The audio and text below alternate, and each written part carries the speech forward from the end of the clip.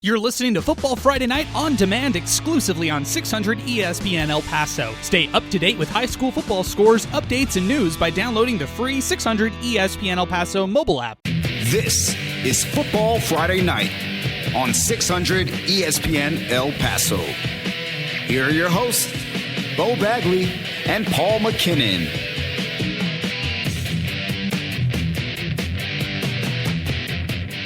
All right, it's Football Friday Night, Week 9 in the Borderland from now until the clock strikes zero. We have you covered with all the action.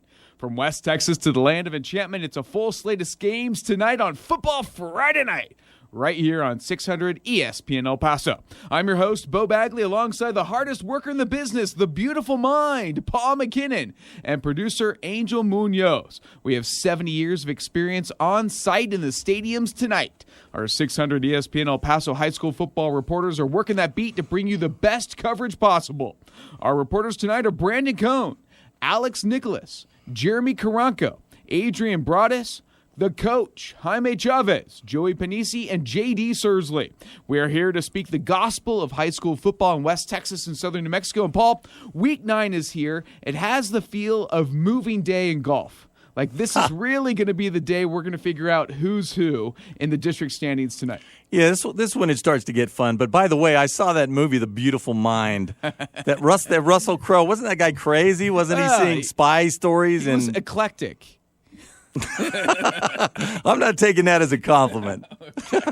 But he's still, what he did with his mind and his numbers and his stats, unparalleled. Okay, way to spin it there, Beau Bagley. There you go. But some exciting games today, including our Football Friday Night Game of the Week, the Battle of the Claw between El Paso High and Austin. Brandon Cohn, the Iceman, will have a preview of that game. Sure to be an exciting game when that kicks off. That is the 5th oldest rivalry in the state of Texas, Paul. And both teams this year 2-1 in district. An exciting game tonight at R.E. McKee Stadium. Yeah, and nicely, El Paso High coming off a big win, 45-28 a week ago against Bowie. Jerry Tide is the quarterback, did a little bit of everything, ran for 140 yards, threw for more than a couple of hundred yards. El Paso, this is the best El Paso has looked in at least the last 5 or 6 years, which is nice. And if you want to talk about looking good, I don't know who's looking better in that district right now than the Austin Panthers. Absolutely. They handed it to the Burgess Mustangs a couple of weeks ago. Same Burgess that shot past Andrews 35-34 last week, just by controlling the ball. And, boy, they really put a hurting on who was it last week? Was it Irvin? Irvin, 41-0 over the Irvin Rockets last week. Yeah, nobody is playing as well or to their peak as much as Austin, I think, in the city.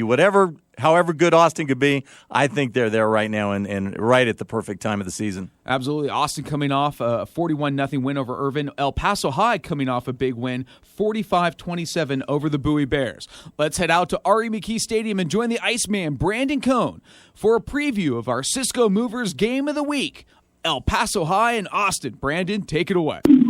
Yes, historic R.E. McKee Stadium for this storied rivalry. The 91st time that these two teams have met. The only meeting that's been canceled was a 1963 meeting because of the assassination of President John Fitzgerald Kennedy. This is a contest that features two teams in 100 of the greatest American rivalry series games in the United States. The Austin Panthers 4-3 on the year, 2-1 in District 2-5A. Division II. They're 2-1 here at home, 2-2 on the road. They've won 2 of 3 overall. I talked to Coach Pichardo before the game. He said he's going to be flipping between Irving Cortinas at quarterback and Luis Fernandez. Fernandez has been very good on the ground, 11 carries, 54 yards, 1 TD. When I asked Coach Pichardo about the significance of this game, he basically said, look, it's a big week, but any game is just as big for us. But he said the most important part of this game is it's for the kids and the community, and it's very important for the coaches because it's a district game. This is also a game that is featuring a team in Austin that's won 2 of 3. They had a big win a couple weeks ago against Burgess. Of course, they've taken care of business against Horizon at El Dorado. Look, we know they don't throw the ball very much, only 37 yards through the air, but a whopping 270 yards on the ground per game, led by running back Jaden Wilson, nearly 1,000 yards on the ground. He's also their stud linebacker, 8 touchdowns, 4 receptions for 48 yards. Now, on the other side, El Paso High, 3-4 on the year, 2-1 in 2-5A. They are also a team that's won 2 of 3 games. They have big wins against Irvin, Isleta, and Bowie. Now, worth mentioning, I spoke with Coach Aguilar. He mentioned this is always a fun game, and he tells their seniors every year they get a chance to truly leave a legacy. It's their last chance. But he also noted, look, this is a district game. It's as big as it gets. They're led through the air by Christian Corrillo, Pablo Gonzalez, George Ariola. They're a little more well-balanced in the respect that they like to pass the ball 203 yards per game, rushing 122 yards per game, led by Pedro Chavez, who has 294 yards rushing. Also, Jerry Chidas is their QB. He's got over 1,400 yards passing, 13 touchdowns to only 4 interceptions. We're underway, about 10:29 to go. First quarter, no score between Austin and El Paso High. 91st Battle of the Claw. And Beau, Brandon hit on something interesting. The starting quarterback, Irving Cortinas, he's been sharing duties with Fernandez the entire year, but they phased him out recently. Didn't play at all. Didn't take any snaps under center. No stats, at least, from a week ago, except for the fact that he did bring back an interception for a 38-yard score. So no matter where you put that Cortinas kid, whether he's under center or someplace else, he's going to keep making plays. Very true. El Paso High and Austin kick off in just moments at R.E. McKee Stadium. Updates on our Cisco Movers Game of the Week from Iceman, Brandon Cohn, all throughout our show. And speaking of District 1-5A, we have another one, an early one, a big Jefferson-Bowie game. That started 6 p.m. in the Sun Bowl, a huge rivalry between that one, a rivalry that began in 1950. Bowie leads that series 38-2. But this one tonight, all Jefferson so far. We have an update. I think last check it was 22-0 Jefferson early on in the second quarter. Yeah, I'm looking what our Ray Adauto is sending to me. I know the first drive, Arturo Rubio, 78-yard touchdown run. Remember, Rubio coming off back-to-back 200-yard games. Never had a 200-yard game in his career. Now he's had them back-to-back. And it looks like off to a terrific start. As I said, 98-yard run, 2 minutes into the contest to get Jeff on the board, and just punched in another one, 2-yard touchdown. And, 22-0 is the score. Thanks for that. I'm just looking for the numbers. Jeff, 22-0 over Bowie. Not unexpected. They're dripping in skill guys this year. And exciting what could potentially happen in this district. There were 4 teams with only 1 loss. Jefferson, if they win today, could improve to 3-1. You also look at Burgess. You look at Andress. You look at Austin. You look at El Paso High. So anything can happen in this district. It seems wide open right now. And Jeff is really the player in this, because who do they finish with? Well, we said 4 teams are tied for first. Burgess they already lost to. That was the season opener for both, or the district opener for both those clubs. But who's left on their schedule? Oh, just the Andress Eagles and. Who's that other team that they might be tied with? Yeah. The 4-way tie. Jeff is seeing both of those teams, excepting Burgess down the stretch. So it should be fun. And Burgess has a bye tonight. They're sitting back watching all the action, the carnation of what's going on in this district, but should be a fun one. Another exciting old rivalry game tonight. Irvin and Andress. It might be a little lopsided in 2021 with the Andress Eagles coming in at 5-2 overall. Irvin just 2-6. But when talking to the late Alan Sepkowitz, Tony Shaw, they all said this was the rivalry of Northeast El Paso, maybe the biggest in El Paso, and this was something that they always looked at. Even when the Chapin Huskies were coming up, this was the rivalry, this was the game they wanted to win. Yeah, the battle of the helmet, and I think Andress is coming into this one awfully angry for a lot of reasons, and a mismatch this year. Irvin, for whatever reason, remember, tri-champs last year along with Burgess and Andress in COVID 2020. I mean, it was a strange season, and that was one of the strange things. But last time these two played, 2019, Irvin shocked Andress and knocked him out of a tie with Andress and Burgess for the title, so they're upset about that. And they're upset about the fact that they lost 35-34 last week to the Burgess Mustangs, a lead they had 34-28 late on the Malcolm Anderson interception return for a score. A couple of Tavares Jones runs, the difference in that one. So they're angry about that. And I think the other two teams that were part of that 3-way, the Burgess Mustangs and these Andress Eagles, a little angry about that 3-way tie a year ago as well. So a lot of reasons for them to take out their frustrations on an undermanned outmatched Irvin team tonight. But remember, talent-wise, Malachi Doe, they're still missing. And, of course, Big Jeremiah Cooper, he second quarter of the Burgess game last week, I'm sure had a great impact on that contest, but he went down in the second quarter, never came back, and we'll see if he's on the field here tonight against Irvin. A good look at District 1-5A. J.D. Sursley will be on the call at Irvin versus Andress, so we'll have that update in just a little bit. Now let's head over to the big schools in District 5A. We actually had some action earlier this afternoon. That's right, El Dorado hosting Del Valle at the SAC, a 4 p.m. kickoff. Del Valle coming away victorious 33-23 in what was an exciting game late. Let's head out to our own Jeremy Caraco for a final wrap-up of Del Valle and El Dorado. Jeremy. Yeah, beautiful, beautiful fall evening here at the SAC. We're about 40 minutes from the kick between Eastlake and Montwood. But as you just mentioned, Beau, Del Valle gets the win over El Dorado in the 4 o'clock game, 33-23, and a very, very entertaining second half. El Dorado came back from a 26-10 deficit. It was Rudison who scored an opening drive of the second half for the El Dorado Aztecs to get them on the scoreboard to make it 26-16.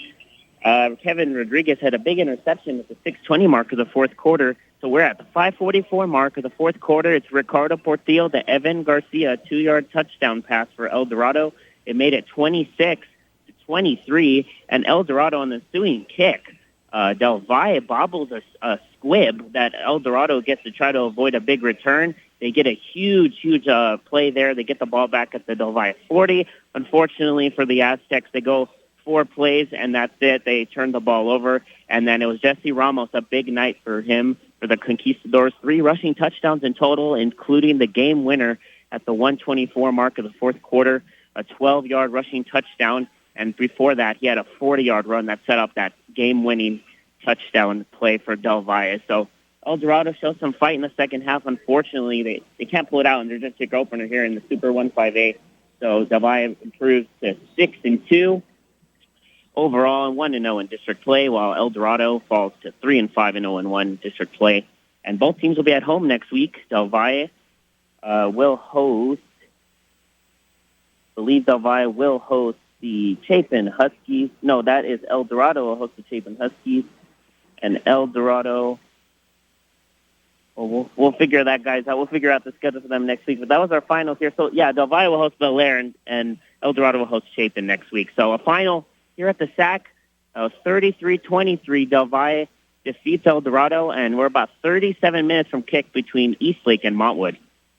All right, Jeremy, thank you so much. Big win for the Del Valle Conquistadors over the El Dorado Aztecs, 33-23. Del Valle improving to 1-0 in district. Jeremy, thank you very much, and looking forward to that Eastlake-Montwood game, the second game of a doubleheader tonight. Kickoff about 7:45 at the SAC. And once again, Chapin next week. El Dorado will host Chapin. That's 4 p.m. Thursday at the SAC, while Del Valle will host Bel Air 7 p.m. Friday at Conquest Stadium. Beau, couple early scores out there. Let the carnage begin, or the anger anyway. Andrews jumps out on top of Irvin 7-0. Malcolm Anderson, a 7-yard touchdown run. Remember, he had 4 last week, including an interception return for a score. That's how Andrews got that 34-28 lead before Tavares Jones hit him with a 50-yard run late to win it. Also, Canutio Hanks and Isaiah Chavez interception leads to L.J. Martin getting into the end zone. 7-zip Canutio on top of Hanks. And at Riverside, Jose Guardado, their 1,000-yard back. Remember, they have 2. Angel Munoz, the quarterback, broke the 1,000-yard mark as well a week ago. 34-yard run for Guardado. Riverside out on top of Mountain View in a very important 1-4A game. 3 really good teams in 1-4A. And you're looking at 2 of them here, of course, Clint the other one. 7-0 Riverside out on top of Mountain View. And Riverside and Canutio tied for those shiny, beautiful records, the best records in the city at 7-1. Right. And Riverside playing like it can put up a lot of points. And got an update from Adrian Broadus via Twitter. Adrian says L.J. Martin punched it in again. So Canutio now up 14-0 on the Hanks Knights early on in this one. Along with the Battle of the Claw from our Brandon Cone, Austin Panthers out on top of the El Paso High Tigers. 7-zip. Jaden Wilson, we talked about him. He's had a good couple of weeks of recent 11-yard scoring run. Austin out on top. And the way we were talking about this game, the Austin Panthers can strike and strike fast. this year, coming off a 41-0 win over Irvin last week. Interested to see how the El Paso High Tigers can claw their way back into this one and make a game of it, because they're really good at making close games and winning close games. Yeah, Jerry Chides is the running game. Their quarterback, the junior lefty quarterback. Boy, where did he come from? He's had a nice month, that kid. But they really need to be effective through the air. Christian Carrillo, of course, the 6'2" senior, long strider, usually a big play guy. You can throw him a hitch and he can go the distance. Throw him a slant, he can do the same, or just throw him a go-right. He's so big and tall. So if Austin's able to take that away, that's a pretty big weapon. Pedro Chavez, the running back. He had a punt return for a score a week ago, but not really the weapon either of those other two kids are. And we have a fun game out in far east El Paso, down at Horizon's Emperor Stadium. A sneaky, interesting game between the Isleta Indians and the Horizon Scorpions. Horizon Scorpions just sitting there, 1-0 in district, 3-4 overall, while Isleta coming in at 1-1. But Horizon coming off a big 48-28 win over Parkland last week, sitting at 1-0 in this matchup. How do you see this one turning out? You got to love the way Horizon is playing. I mean, coming into this, we assumed, and you know what happens when you assume.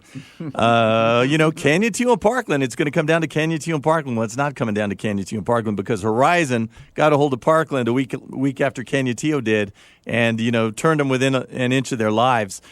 Big games from Ernie Garcia, this time through the air. I think it was 7 catches for 177 yards, something like that. He's had kickoff returns for scores in each of the last 2 contests for Horizon. As you said, they were off last week. But the guy to me who's really stepped up, I don't have the stats at hand, but the quarterback, Quijas, all of a sudden he's a running threat. I think he had a 190-yard game and threw for 300, another one. So Ernie Garcia has been the constant there. He's a big play guy, and if you don't stop him, he's going to have a huge game. But Quijas also, over the last month, is having big games as well. So now they have that little double-speared attack, and Horizon's turned into a different team. Remember, I think it was the game that they lost that really lit their fire. What was it, 56-52 that they lost to the Chapin Huskies? We'll see what that did for Chapin as well. They open a Super 5A play tonight at Bel Air. But Horizon, from that time on, they're balling. Absolutely, and they look good. So Joey Panisi for Football Friday Night will have the call from Emperor Stadium for Horizon hosting Isleta. Another sneaky good game tonight could be the late game between Eastlake and Montwood. Eastlake coming off a big win, 59-41 over Eastwood. Is this possibly a trap game? Americus defeated Montwood last week, 28-20. So Montwood coming off a loss. You got to think the Rams are going to throw the kitchen sink at the Eastlake Falcons tonight. That's the late game, the second game of a doubleheader at the SAC. Jeremy Caranco on the call. Montwood just 1-3 in district, holding on to their district lives. How do you see this one playing out against Eastlake? Well, you got to love Eastlake. I mean, what did the kid Uribe do a week ago? What was it? 45 carries, 290-something yards. Go ahead. As a matter of fact, named the Built Ford Tough Texas High School Football Player of the Week for Class 6A. Let's talk about this, because this is pretty amazing. Elijah Uribe had a record-setting day, 45 carries, 292 yards and 7 touchdowns rushing. Also had 4 receptions for 55 yards and another touchdown.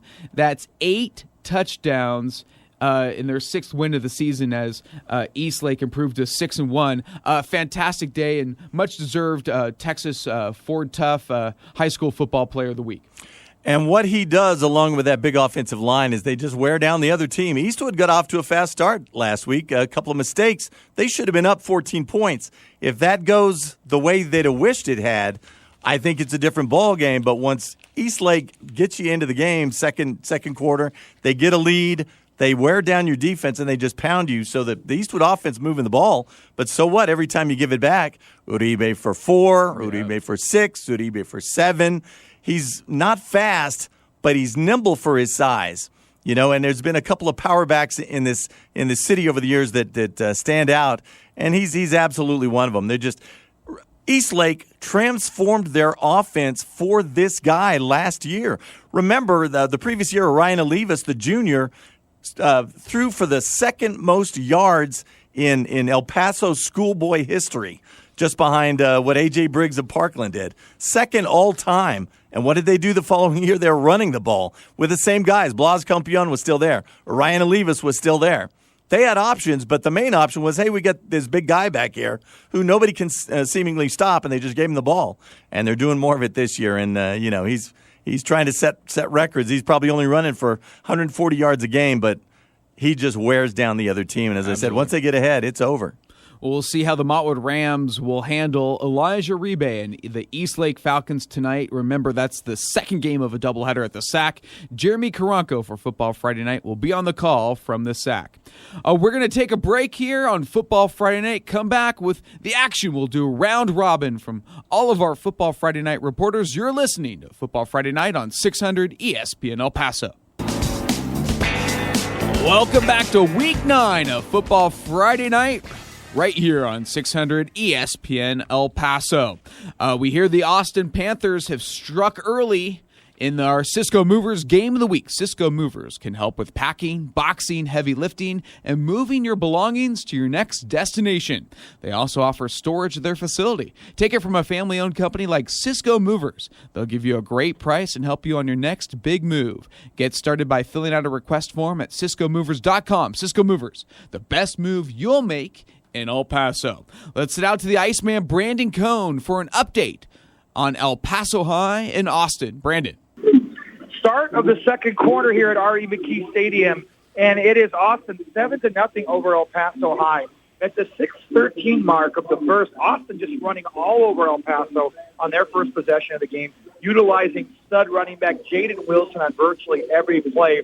Drive ends in an 11-yard touchdown run to the far left-hand side of the field. Wilson, as he gets in, making the score Austin 7-0. Now, on El Paso High's first drive, they were actually in business as quarterback Jerry Chidas completes a nice 32-yard pass to wideout Christian Carrillo, getting the Tigers into Austin territory at the 48. They would end up getting down to the 35, but then a quarterback Chidas throws an interception picked off by Austin's Oscar Aspicia at the 30. And currently, El Paso High is getting the ball back because Austin, with a couple of blunders, as a bad snap, they lose 18 yards on that, so they're going to punt it away. 11:53 remaining here in the first half.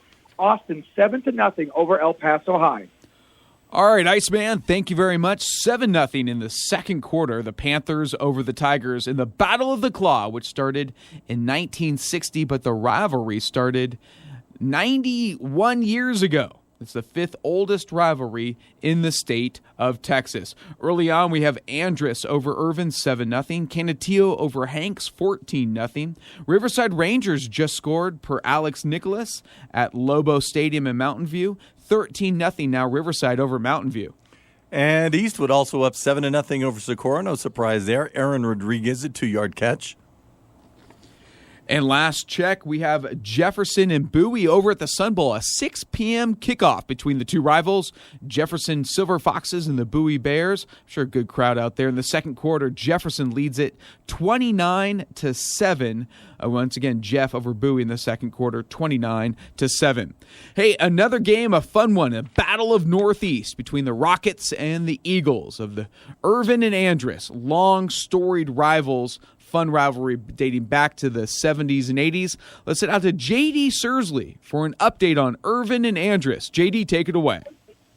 Yeah, so for 55 seconds left in the first quarter, all Andress 14-0 over Irvin. Malcolm Anderson over 104 yards already, one with a 7-yard touchdown, and then another 76-yard scamper touchdown. I believe on both carries he wasn't even touched. Irvin, not so much. Kind of went backwards the first time they had the ball, and gained a little bit of yards the second time. But yeah, thankfully Irvin was able to make Andress punt right now. But it's 55 seconds left in the first quarter. Andress 14, Irvin 0. JD, thank you so much. Wow, 14-0 with less than a minute to go in the first quarter. That's about what we kind of expected. Andress, coming off a tough 1-point loss to Burgess last week, take it out on their old Northeast rivals, the Irvin Rockets. But again, look at the explosion of Malcolm Anderson. I saw these guys week one. He was a jet sweep guy, you know, when we're not going to give the ball to Cooper And when Duncan's not going to do something, let's run this jet sweep, and Malcolm Anderson will go 11 or 12 yards. Now, with Cooper down, we haven't heard if he's suited up yet. J.D. Sursley didn't mention it, but I trust he will on the next report. But no Cooper, that weapon, and we've been talking about Malachi Doe. They're hoping to get him back by the playoffs. He had that broken wrist, I believe it was. Well, anyway, he a cast on his arm. But regardless, with those weapons down, and those were the weapons, Malcolm Anderson now stepping up, as we said, 4 touchdowns a week ago, including the interception return, and now we're not even out of the first quarter. What's he got? A couple of touchdown runs, including a 78-yarder for Andrews to impose their will early on. And like I said, these guys are coming into this one angry. I'm not sure they're going to ease up. Yeah.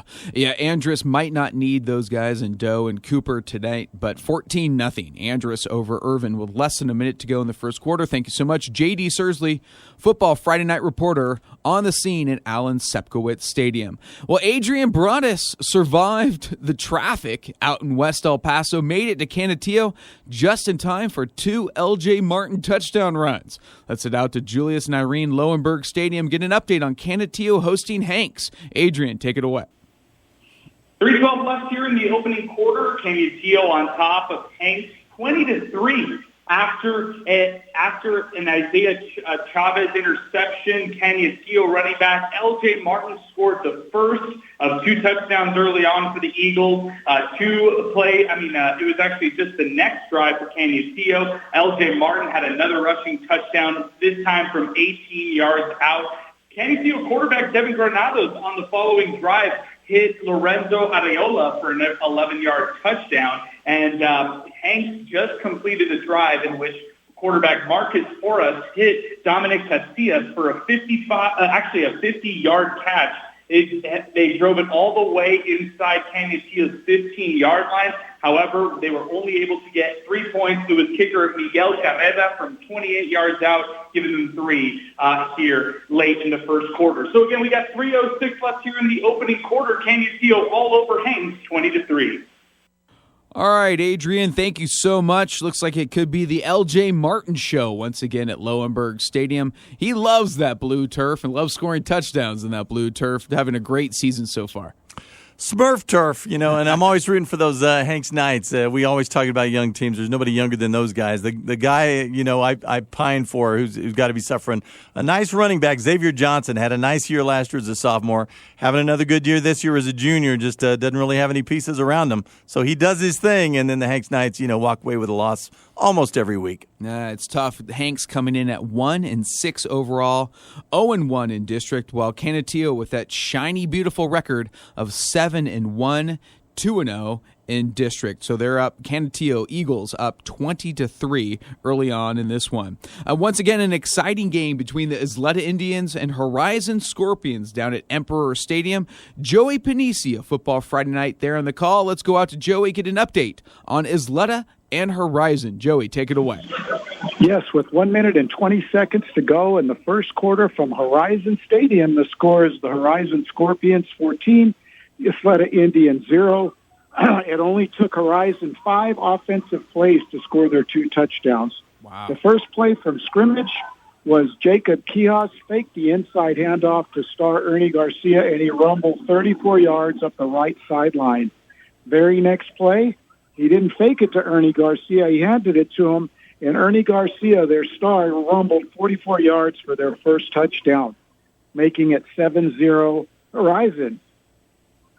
Isleta stalled, and as soon as Horizon got the ball back, Jacob Quijas connected on a 25-yard touchdown strike to Orlando Del Valle. The point after touchdown was good, giving us the score 14-0.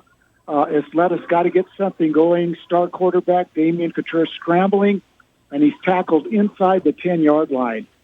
This should prove to be a very important game for both teams. More on that later. But back to you guys. With 27 seconds left in the first quarter, it's the home Horizon Scorpions 14, Isleta Indians 0. All right, Joey, thank you so much for that update from Emperor Stadium. Wow. Paul, 5 plays and 2 touchdowns for the Horizon Scorpions, showing why they're 1-0 in district and put 48 on the Parkland Matadors last week. And again, Quijas is inserting himself into the game. He's an older guy now, But in previous years, he was kind of like the facilitator, hand it off and make some easy passes. Now he becomes a threat. He runs. He picks up a good chunk of yardage. That's what the zone read is all about. Does the quarterback have it or does the running back have it? Well, the first time the quarterback had it, he went 30-something yards. So when we go to hand the ball off again, what are they thinking? Oh, the guy who just went 30 yards, there he is. But now we give it to Ernie Garcia, the mercurial one, and he shoots on through for whatever it was, a 41-yard touchdown run. That's what the zone read is all about. And then what's he do? Next possession comes back and finds a guy through the air. Quijas is throwing the ball. He's good for more than a couple hundred yards every week now. And it seems like he's running for between 150, 200 yards a week. He is now a weapon, and you put that weapon on the field with a guy like Ernie Garcia who can score from anywhere on the field. They become a much more dangerous team. Absolutely. Led by head coach Paulo Melendez, a former Horizon Scorpion and UTEP Miner, doing a nice job down there at Horizon, leading 14-0 towards the end of the first quarter over the Isleta Indians. A big game out at Lobo Stadium between the Mountain View Lobos and the Riverside Rangers. Riverside coming in at 7-1 overall, Mountain View 3-4 big district game. Let's head out to Alex Nicholas for an update from Lobo Stadium. Alex, take it away. Start of the second quarter here in Montana Vista, and it's Riverside leading Mountain View 21-0. The first quarter, dominated by the Riverside defense and Jose Guardado. Guardado, 3 first quarter runs. The first one would be at the 11:08 mark. That would be a 34-yard run that you guys reported. At the 2:32 mark, you would run in a 14-yard touchdown run. The last one would be another short yard, the second consecutive score where Riverside would start on the plus side of the field. Angel Munoz, a 36-yard completion to Frank Luna. 2 plays later, Guardado would score his 17th touchdown of the season. That would be from 1 yard out. Extra point would be good. Guardado so far through the first quarter, 6 carries, 64 yards. He had 7 100-yard rushing games on the season and well on his way to number 8 here in 2021. Start of the second quarter, Riverside leading Mountain View 21-0. All right, Alex, great job. Thank you so much. 21-0 Rangers over the Mountain View Lobos. This certainly is not expected. Certainly is expected. Riverside, just one of the classes of the top teams of the city, putting up points and the way they can put up points fast and efficient, and coming in at 7-1 overall and showing why today. And more of what we're talking about with Horizon, dual threats, and we even hear a triple threat. Freddie Luna catch an important pass. But you have your boy Angel Munoz in the backfield, the quarterback. Jose Guardado opened the season with a 300-yard game. Yeah. And as you heard Alex say, 5 other times he's eclipsed at least the 100-yard mark. He's well over 1,000 yards now. He's a threat. But Angel Munoz also a threat. The quarterback, especially lately, again over the last month, really been carrying the ball, had a 192-yard game.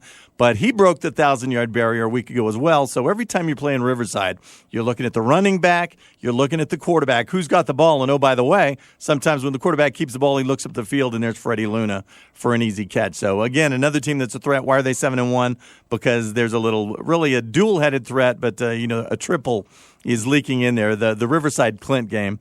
I don't want to bury Mountain View just yet, but Riverside Clint, when those two get together, that should be a fun one, probably for the district title. And lots of weapons out there for the Riverside Rangers and threats. And we have a threat in Angel Munoz right here in our own booth, too. Our producer, Angel Munoz. He's laughing. He's always a threat behind that mic. You never know what he's going to say. Absolutely.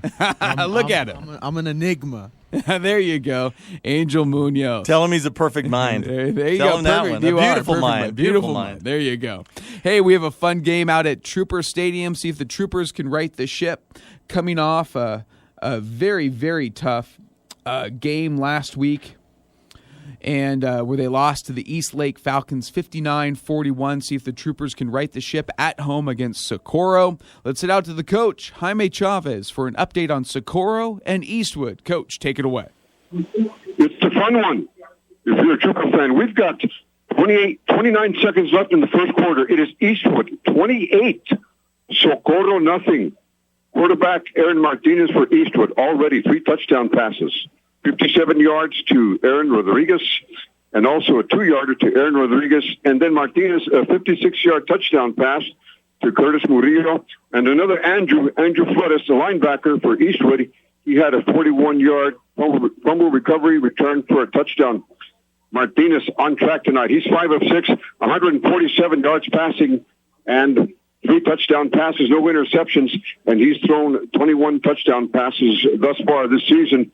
And Aaron Rodriguez, that's his 8th and 9th touchdown receptions of the season. So the first quarter just ended here at Trooper Stadium on El Paso's east side. It's all Eastwood. And homecoming at Eastwood. Eastwood 28. Socorro, nothing. And Beau Bagley, this from Bel Air Highlander Stadium. Old friend Billy Kuhn out there shot me a text. Appreciate that.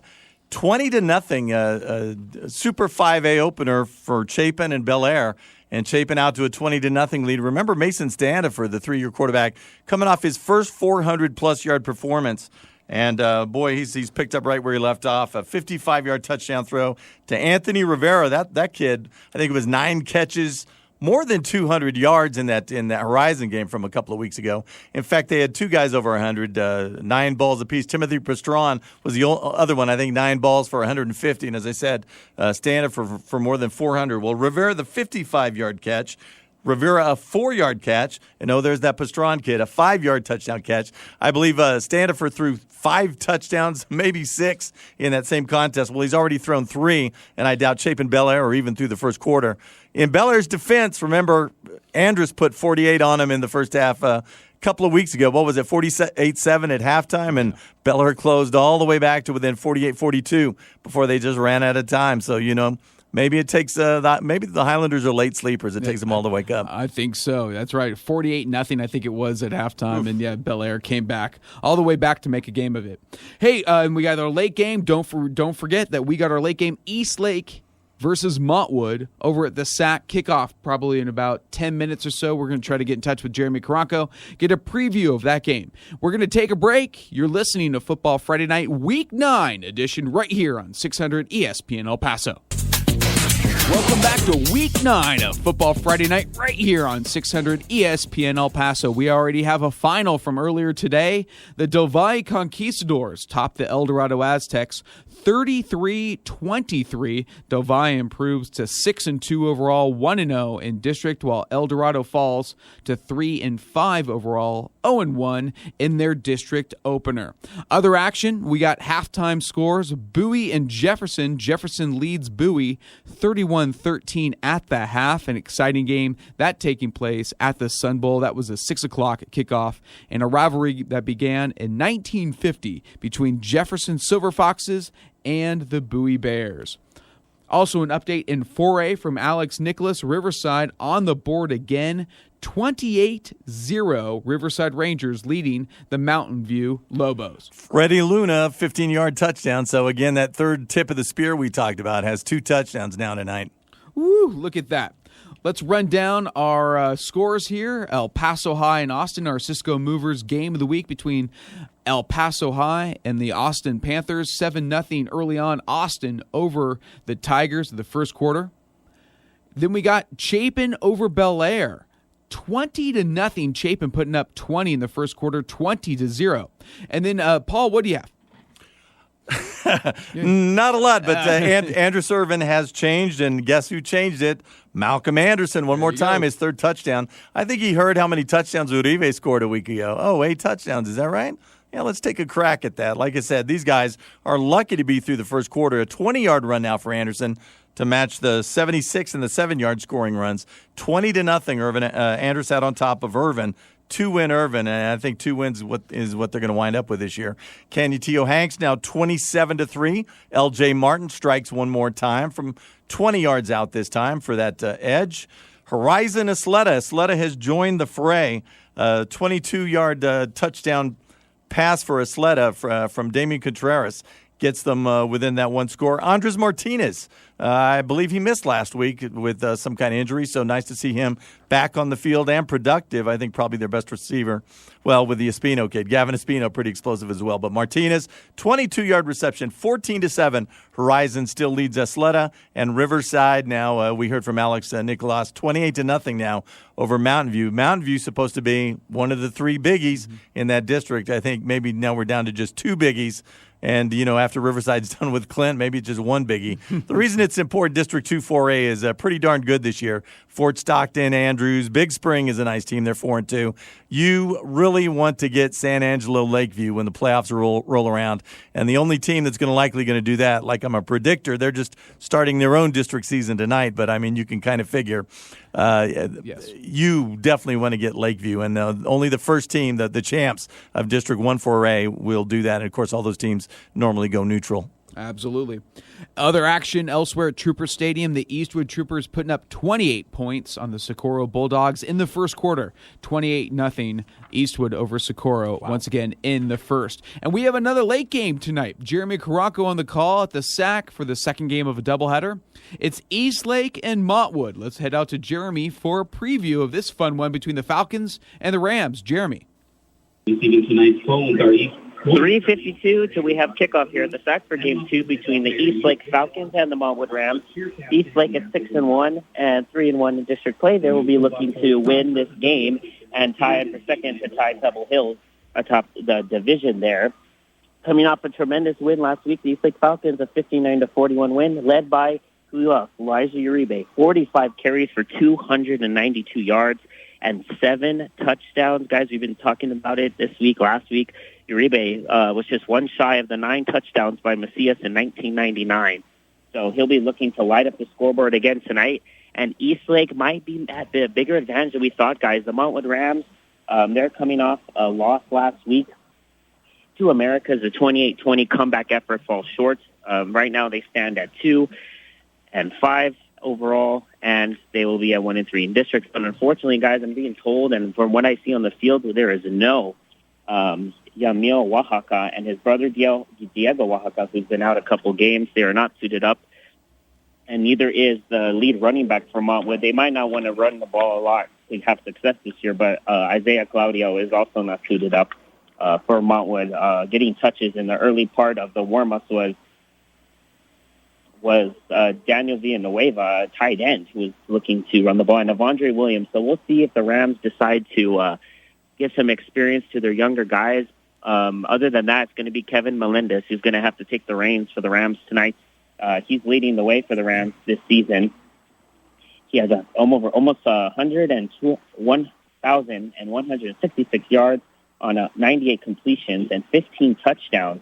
So that's going to be their opportunity tonight to try and match up with Eastlake's star power with Uribe. And we mentioned Uribe on the season. He's at 1,177 yards on the ground. Oh, yeah, and he can also catch it, 295 yards, 5 touchdowns in the air, 14 on the ground. And, yes, he has also thrown for 6 scores. So we're having the teams running onto the field. Should be an exciting one to see if Montwood can put away the pressure. It's 1:38 until we have kickoff between Eastlake and Montwood here at the SAC. Jeremy, thank you so much. Once again, the late game at the SAC, the doubleheader there, Eastlake and Montwood. We'll have much more from Jeremy throughout the show. So you see what Montwood's up against tonight. He's absolutely right. The running backs are gone. The receivers, terrific receivers. Diego Oaxaca has been gone since week 2. I think Burgess broke him. But Yamil Oaxaca, maybe the best receiver in the city. I would say probably the best receiver in the city. The problem is when your best player is a receiver, I mean, it's tough to get him, as opposed to somebody like Eastlake. Your best player is Elijah Uribe. Where is he? Well, we can snap it to him. We can hand it to him. We can do whatever we want. So it's tough when your best player is a receiver. If he's a complimentary piece, then he could be explosive. But when everybody's looking at him, it's difficult. But Kevin Melendez, the quarterback, second-year starting quarterback, he's out there on an island all by himself. Most of their offense comes from him carrying the football in the first place. But they're in a tough spot because if they lose tonight, you can just get rid of Montwood. No more playoff shot for them. They are definitely out. And the reason the teams they may wind up tied with for fourth place, they've already battled them and come up short. America's beat them last week 28-20. That was 21-zip through the first quarter, and they battled back, but still an L. Lost to Eastwood, Pebble Hills. So even if they wind up a tie with somebody and Miracle win out after this week, finish 3-4, anybody they're going to be tied with, somebody who already beat them. So they absolutely have to find a way to win tonight without their best players. Absolutely. Going to be an exciting one to see. We'll have Jeremy Caranco on the call. As we take a break, We're going to come back with much more action, do a round robin with all of our reporters. You're listening to Football Friday Night right here on 600 ESPN El Paso. Welcome back to Week 9 edition of Football Friday Night right here on 600 ESPN El Paso. Now time for our 2-minute drill, brought to you by the El Paso Association of Builders. Real high school football action is brought to you by Real Texas Builders. Ask your home builder if they're members of the El Paso Association of Builders, the home of Real Texas Builders. That's elpasobuilders.com. Let's head out to our Cisco Movers game of the week and join the Iceman, Brandon Cohn, for an update on El Paso High and Austin. Brandon. 3:25 remaining here in the opening half, and it is Austin 7-6 over El Paso. At the 11:38 mark of the first half, El Paso's quarterback Chidas fumbles at the Austin 45, recovered by Panthers cornerback Oscar Apisha. So far, Apisha, great first half, has an interception and a fumble recovery. El Paso shooting themselves in the foot there with 2 turnovers in this first half. Austin then goes back to their quarterback Irving Contreras after a fumble there by Fernandez. Now El Paso finally gets it going late here in the second quarter as quarterback Chidas finds multiple receivers in Gonzalez, George Ariola, and then he puts the cherry on top as he throws a 25-yard touchdown to his running back Pedro Chidas at the 4:30 mark of the first half, and the PAT is blocked. So we have now 3:20 remaining here in the opening half. Great game in the 91st Battle of the Claw. Austin 7, El Paso High 6. All right, Brandon, thank you so much. Going to be a close one at R.E. McKee Stadium. Iceman with the call. Thank you so much. Let's head out to J.D. Sursley for a 2-minute drill update on Irvin and Andrus from Alan Sepkowitz Stadium. J.D., take it away. 2:20 left in the second quarter. Andrus 34, Irvin 0. They should have won last week. Andrus should have, and they're definitely taking it out on Irvin. Malcolm Anderson with 3 touchdowns, 134 yards, a 40-yard interception return. Elias Duncan threw a beautiful 59-yard touchdown pass to C.J. Hager. And then Owen Bensley with the last touchdown, a blocked punt, picked up his own punt block and scored the touchdown. Irvin has it, but it's all Andrus 34 and Irvin 0.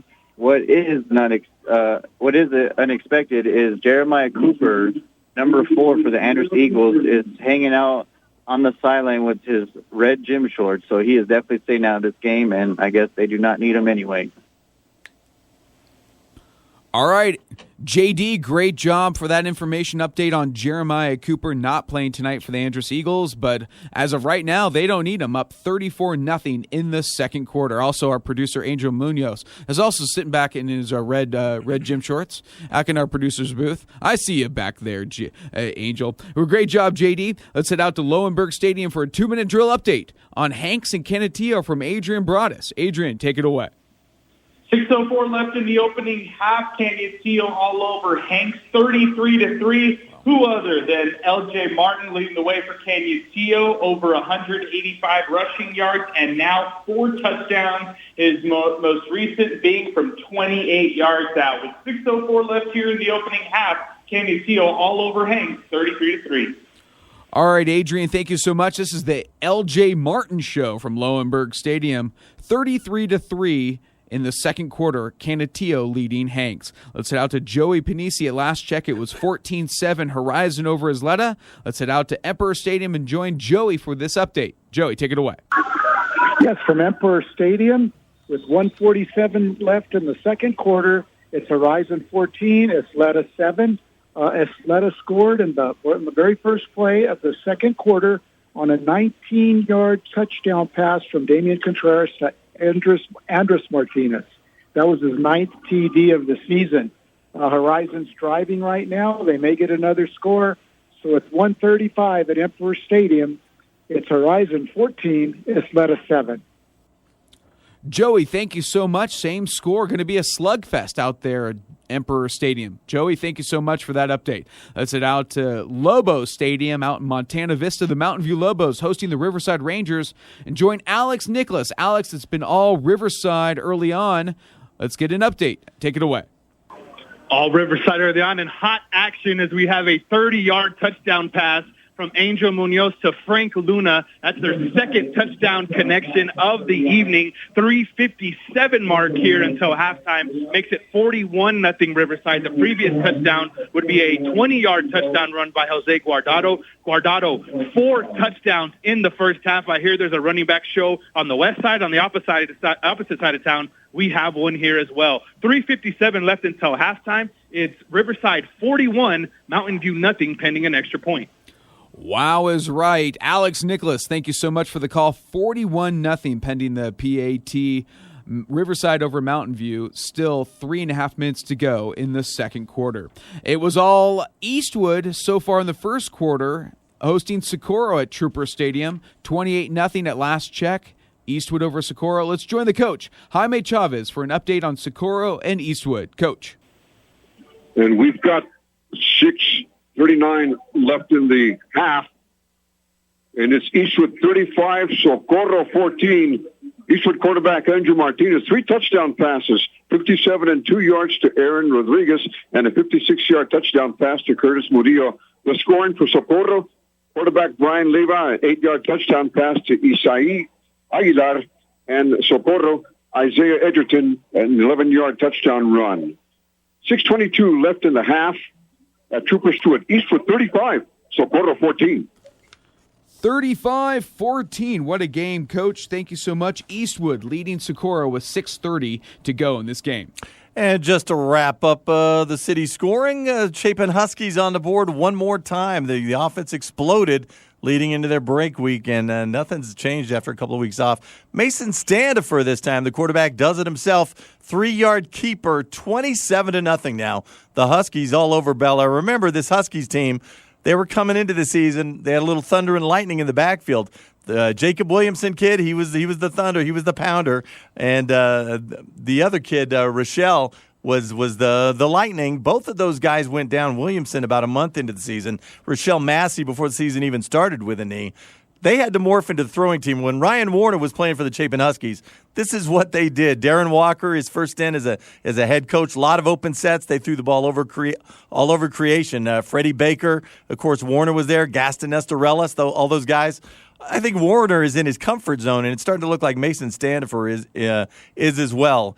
3 touchdown passes, 2 to Rivera for 55 and 4 yards, and 1 to Pastron for 5 itself. And then, of course, Standifer takes it himself. 27-0, Chapin all over, slow starting, and I do mean traditionally slow starting, Bel Air.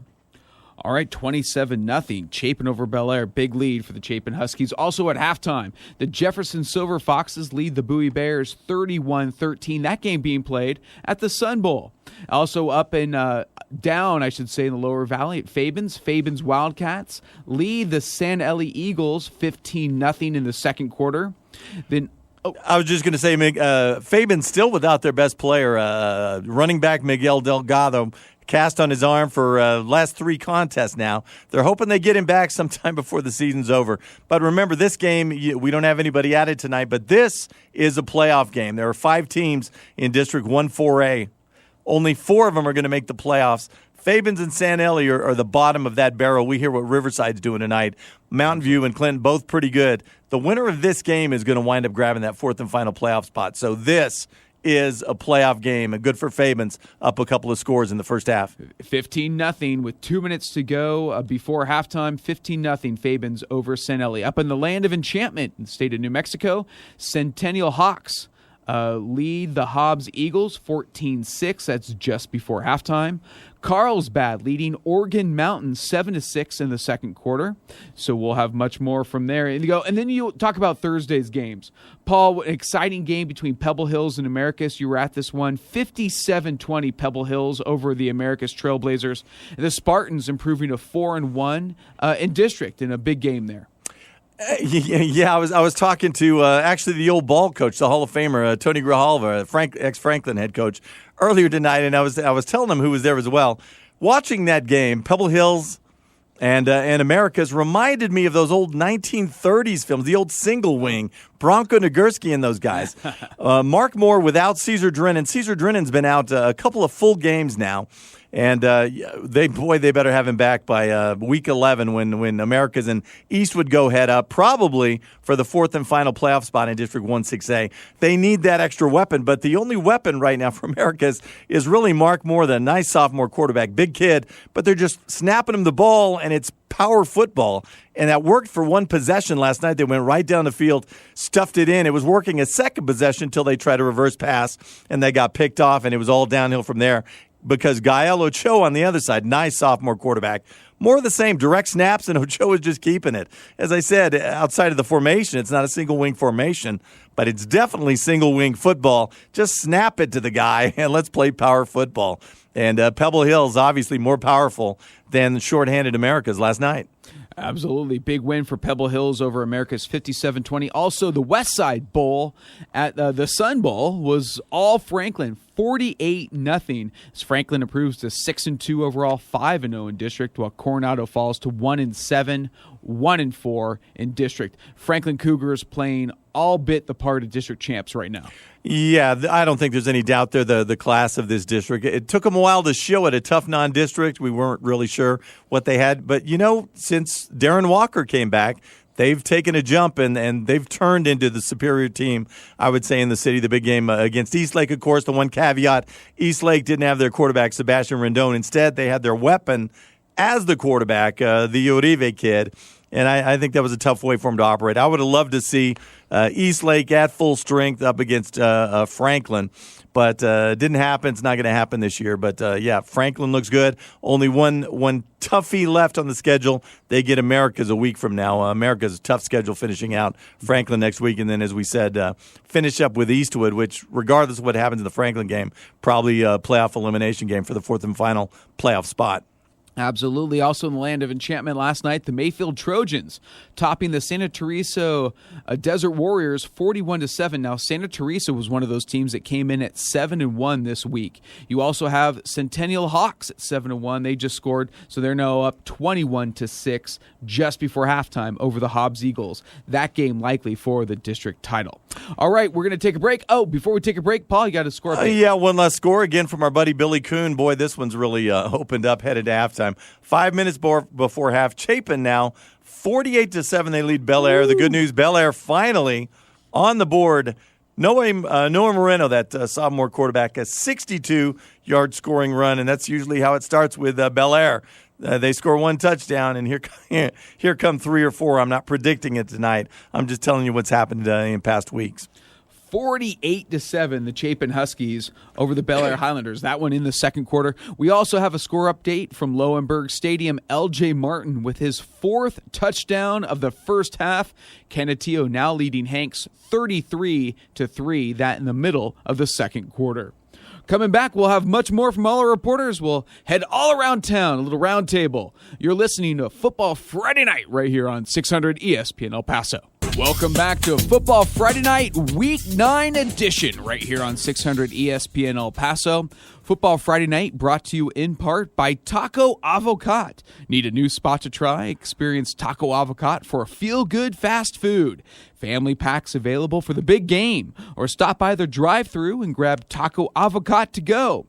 Wear your school colors and receive 10% off at Taco Avocat. Dine in at 2114 North Zaragoza or order online at tacoavocat.com. Let's head out to our second game of the doubleheader at the SAC. It's Eastlake and Montwood. We have a score. Let's head out to Jeremy Karanko for an update. Jeremy, take it away. 6:24 first quarter, and is now Eastlake leading Montwood 7-0. Who else? Elijah Uribe, a 27-yard touchdown run. Just 4 plays into the game, a 33-yard drive. That goes 1 minute and 6 seconds. Uribe gets his 15th score of the season. Unfortunately for Montwood, they were supposed to receive the opening kickoff. Unfortunately, it was bobbled at the 33 where Eastlake recovered it, and that's not where Montwood wants to be in an uphill battle already without some of their star guys like Yamil Oaxaca and running back Isaiah Claudio. So Montwood trailing, guys, a must-win game for Montwood, and they're already in a big hole right now. Eastlake with the ball again. and looking to drive across the 50. So we are at 5:41 first quarter, and it's Eastlake Leamont 7-0. All right, Jeremy, thank you so much. Going to be a fun one there between the Eastlake Falcons and the Montwood Rams. Let's see if the Rams can counter now after bobbling that opening kickoff. Let's head out to our Cisco Movers Game of the Week and join the Iceman, Brandon Cohn, for an update on El Paso High and Austin. Brandon. It's half at homecoming on R.E. McKee Stadium for the Austin Panthers, and the Panthers have a 14-6 edge over El Paso High at the 1:38 mark of the second quarter.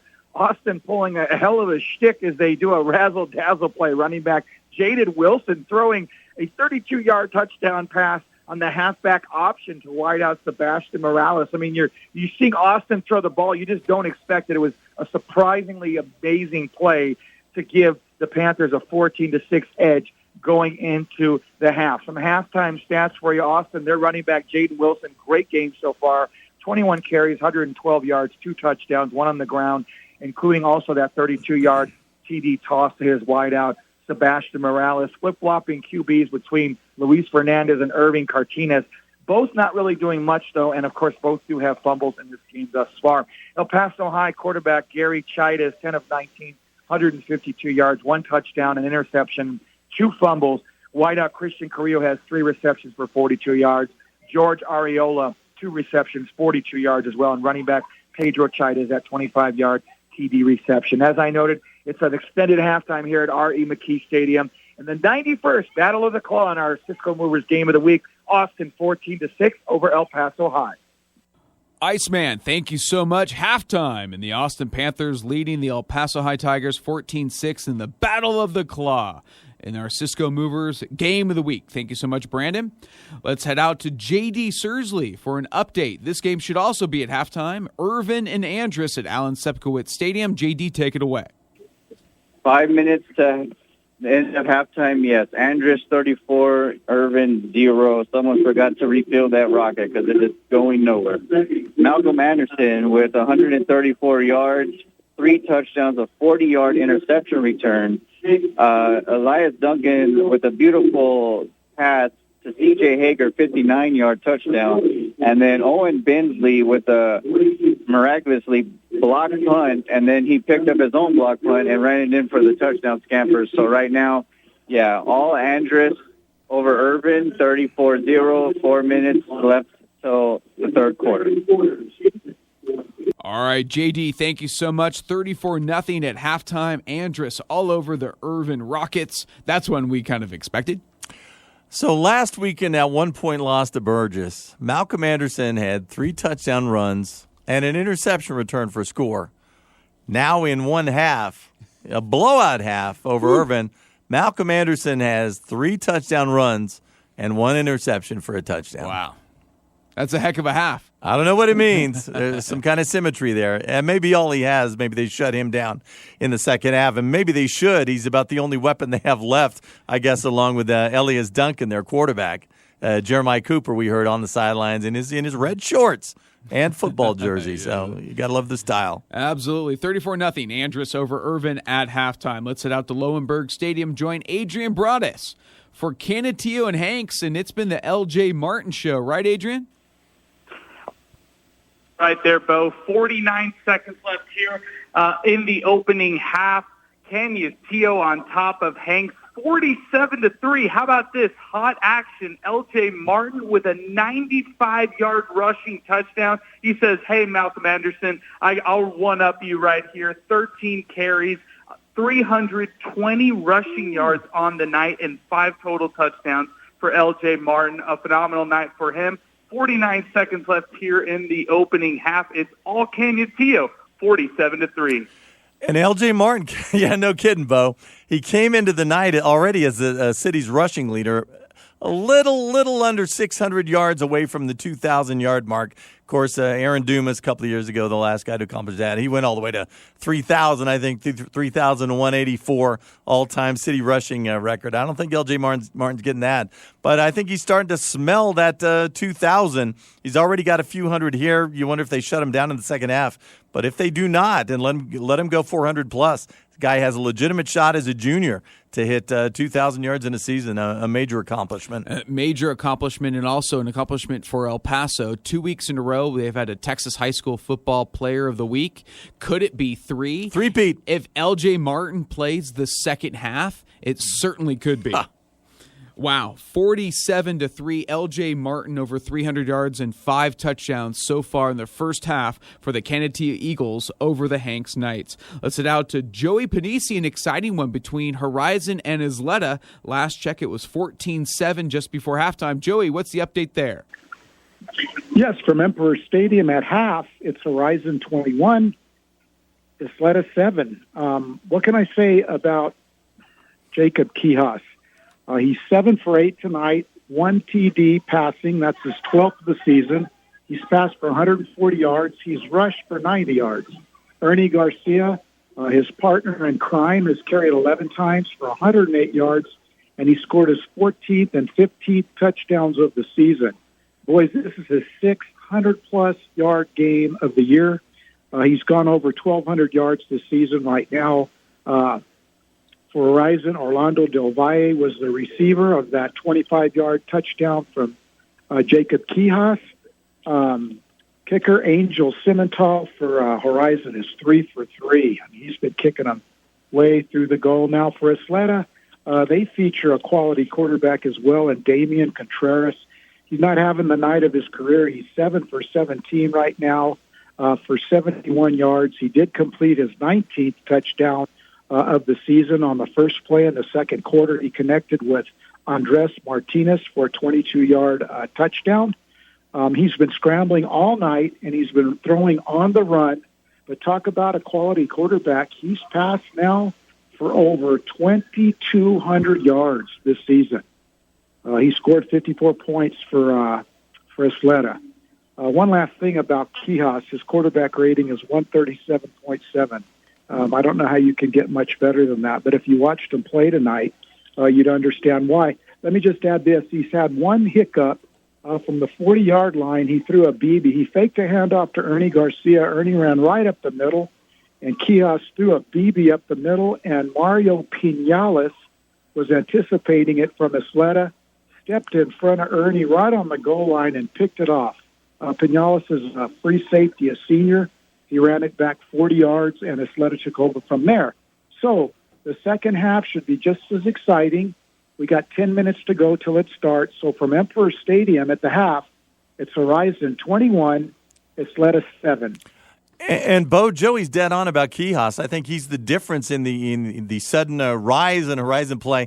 He went for 266 rushing in that crazy Chapin game from a few weeks ago.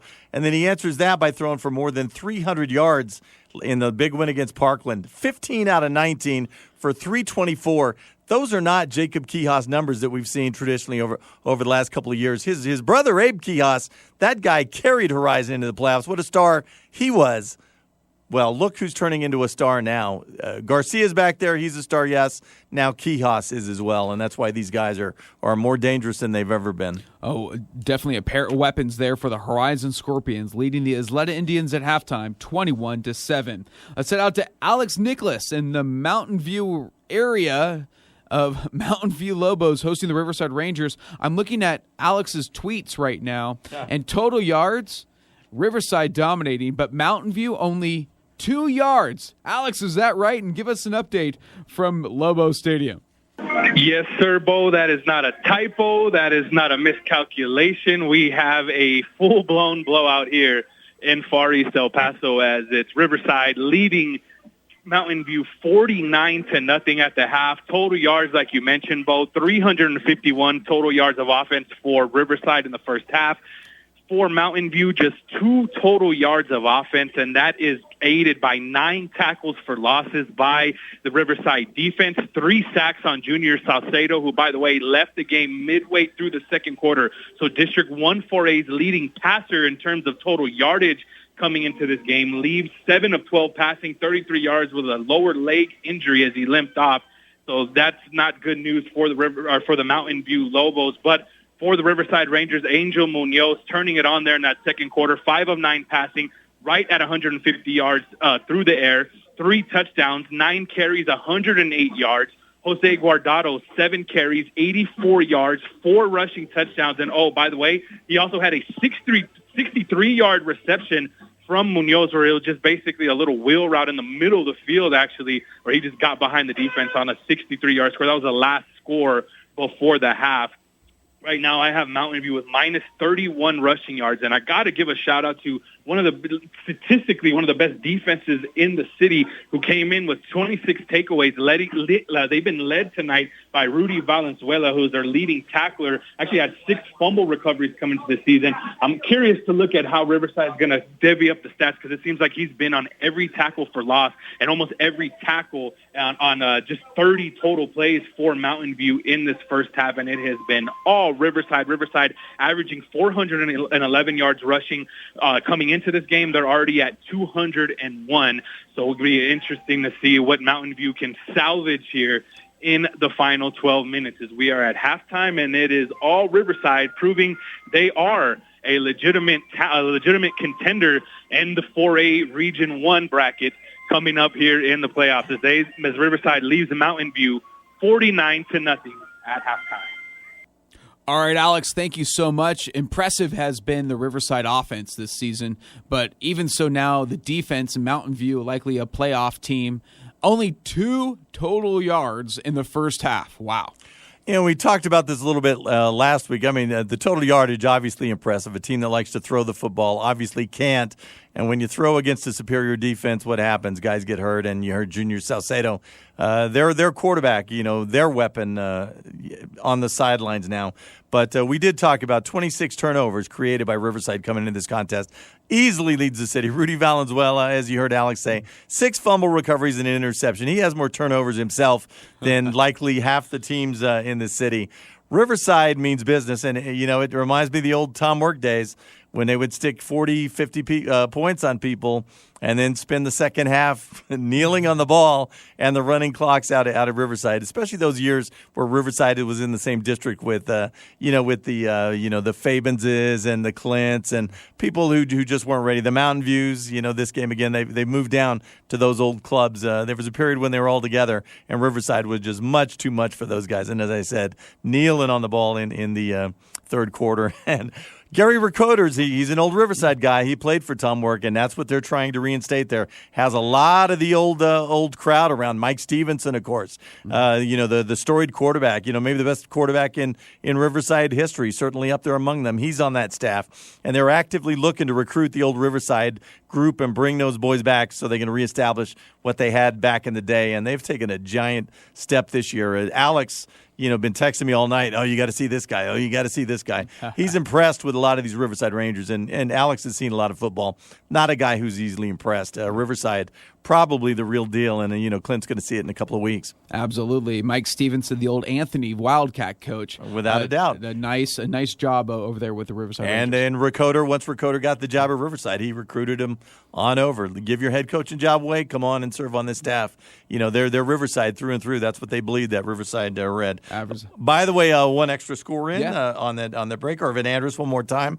Second half has started. Well, I guess it's time for Malcolm Anderson to score another touchdown. There you go. Yeah, the opening kickoff of the second half went to Irvin. They couldn't get their handle on it. Andrus jumps on it. A couple of plays later, 31-yard screen pass. Malcolm Anderson, his 4th touchdown of the night, to go with 3 touchdown runs and 1 interception return for a score. He now has a reception. Next, I'm sure he will be throwing for a score somewhere in the not-too-distant future.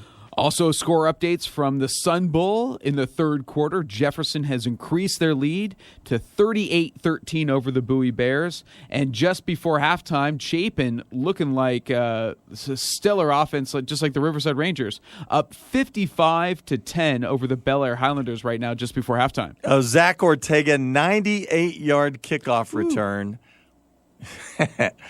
And, our buddy Bill Kuhn says my thumbs hurt. I bet. Texting so much. There's a lot of touchdowns out there. Speaking of a lot of touchdowns, let's head out to Trooper Stadium and join the coach, Jaime Chavez, for an update on the Eastwood Troopers hosting the Socorro Bulldogs. Coach.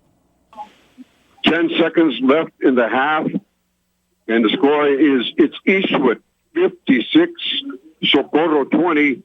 Eastwood just had a touchdown call back, an 11-yard touchdown pass from Andrew Martinez to Samuel Lopez, and that one is being called back because of an illegal man downfield. And even with 9 seconds left, he goes back to pass once again. And another touchdown. This one, yes, a 16-yard touchdown pass to Samuel Lopez. And that is Aaron Rodriguez's 6th touchdown pass of the evening. He also has touchdown passes of 57, 16, 15, and 2 yards to Aaron Rodriguez, and a 56-yard touchdown pass to Curtis Murillo. And we've got 3.9 seconds left in the half. And here's the extra point by Jesus Garcia. And that is good. And we have just reached halftime mercifully at Trooper Stadium. And it's homecoming at Eastwood. And the score, Eastwood 63, Socorro 20. Huge first half by the Eastwood Troopers. They're capable of putting this on any opponent, and they did, and they're doing it tonight. And this is what I was talking about a month ago when we're making fun of poor Hanks, who on their homecoming invited the number 5 team in the state, Lubbock Cooper, the same Lubbock Cooper that just beat Wichita Falls Rider last week, the team that they always wind up against in the regional finals. Hanks invited Lubbock Cooper. Eastwood waited 9 weeks into the football season to have their homecoming because they knew when Socorro was coming. The same Socorro that hadn't won a football game on the field in over 6 seasons. They broke that streak. Actually, it broke with a couple of forfeits a year ago. Socorro actually beat Franklin on a forfeit, of course. But they beat El Paso this year to snap that string. But Eastwood waits for Socorro, a team that they know they can likely handle, and that's how they schedule their homecoming. Jason Blair and the Hanks Knights, they should take note and maybe take a lesson. There you go. 63-20, Eastwood over Socorro at halftime. Hey, the Eastlake Falcons, they're riding that Uribe train out at the SAC. Let's head out to Jeremy Caranco for an update on Eastlake and Montwood. Oh, we'll head out to Jeremy in just a little bit, but it looks like Eastlake has scored Elijah Uribe a 68-yard touchdown run, breaking 4 tackles, according to Jeremy Caranco, into the end zone. 14-0 Eastlake over Montwood, 11 minutes to go in the second quarter. Now, all right, we're going to take a break. You're listening to Football Friday Night, Week 9 edition, right here on 600 ESPN El Paso.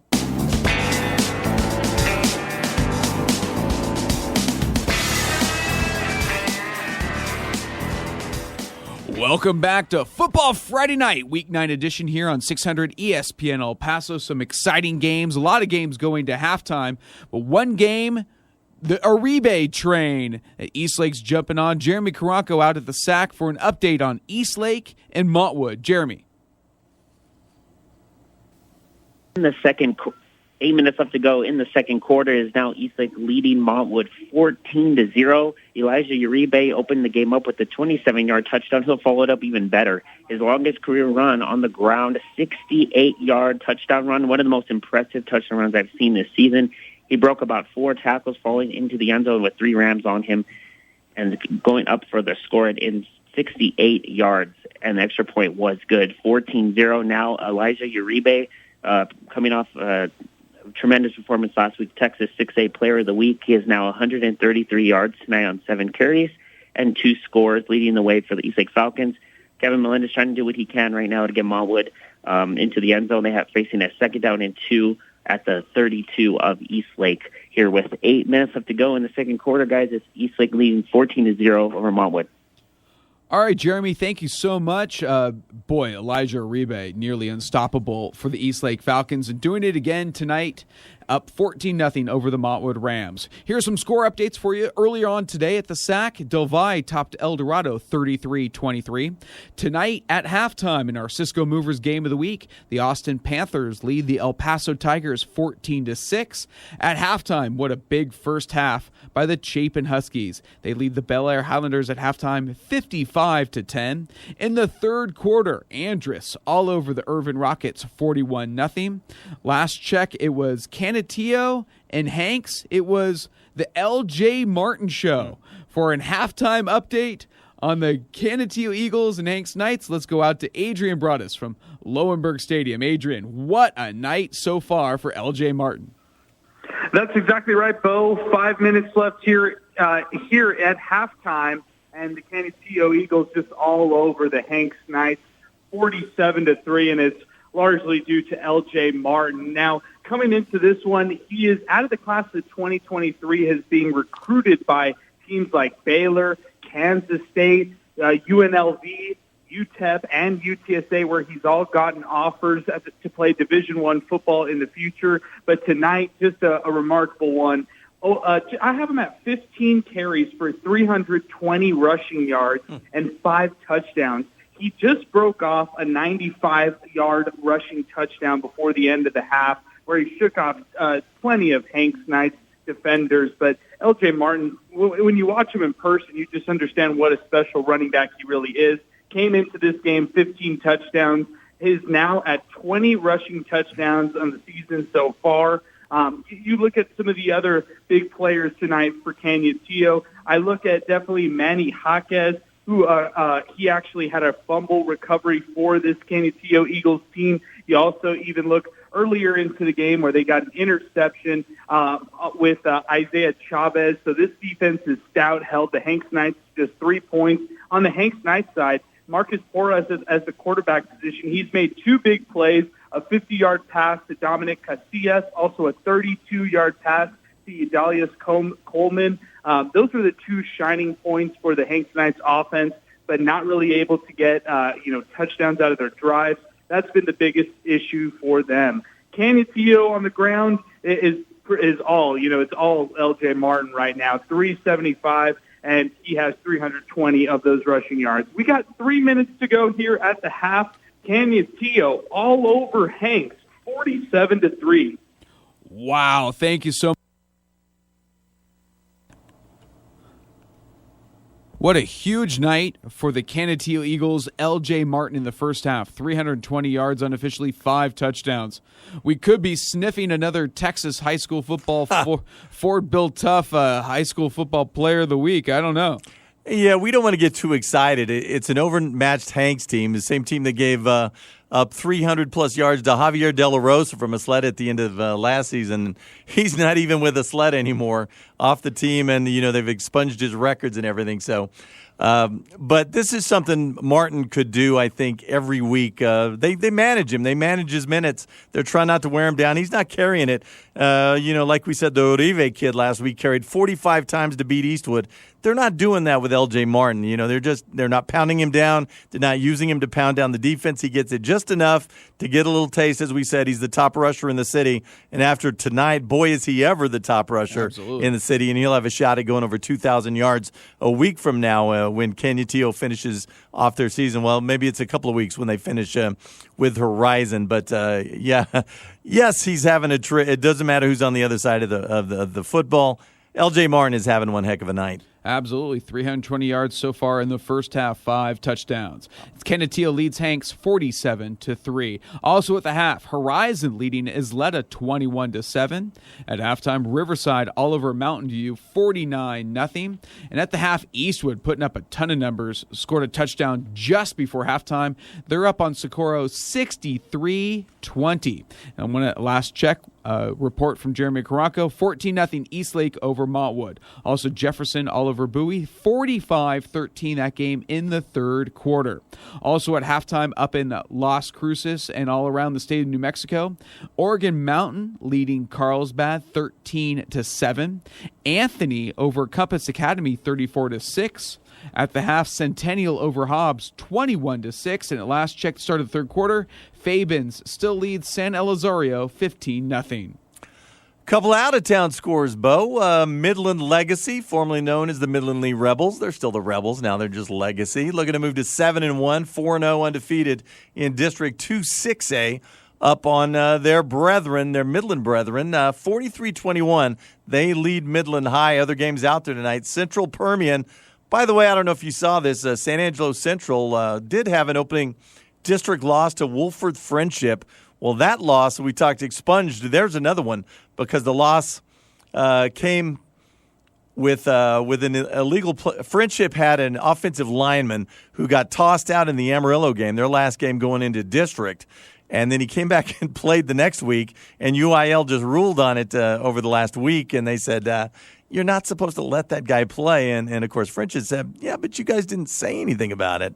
That defense didn't go over too well. So Friendship, their one win gets taken off the record. Central gets the win. So now Central and Permian tonight, Central 2-0 in that district, they lost their loss anyway. So going up against Permian, no score on that one. Same with Odessa and Abilene.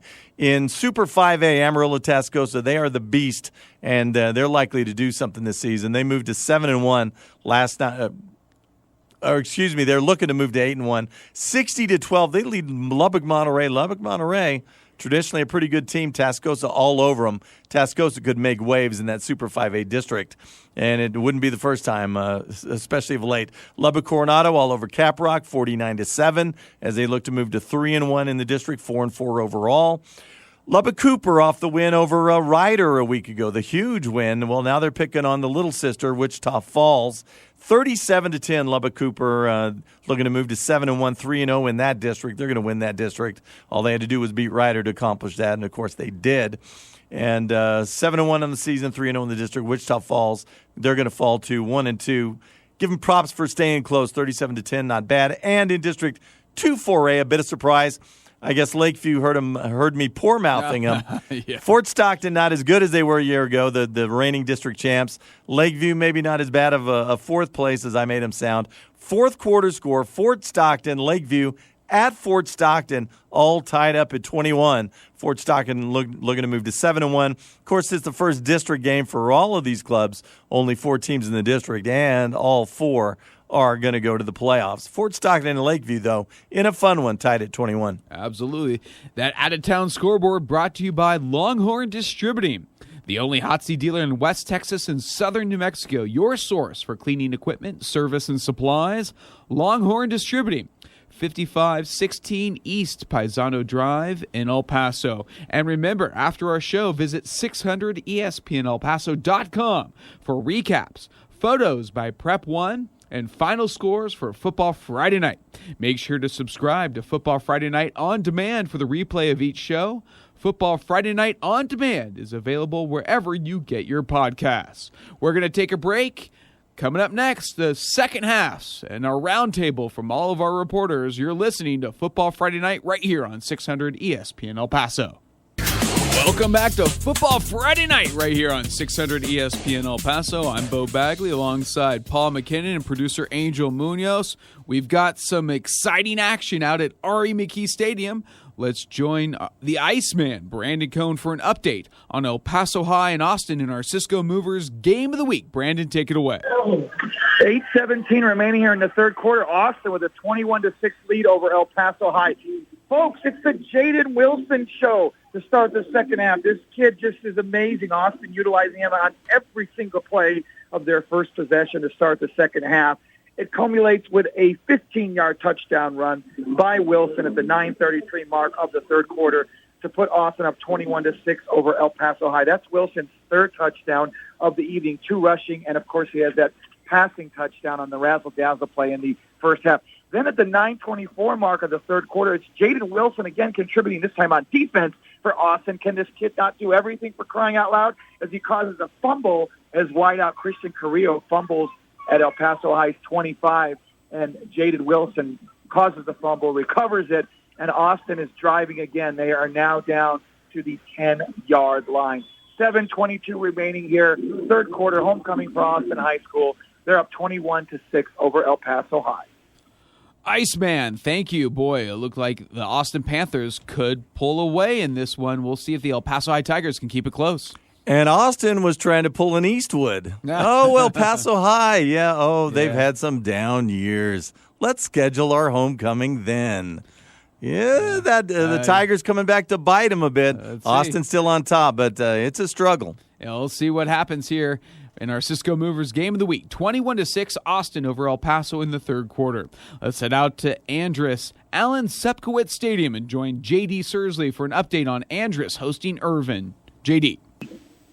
3:30 left in the fourth. 3:30 left in the fourth quarter. If you want a total domination by one team, this is your game. Andrus 54, Irvin 0.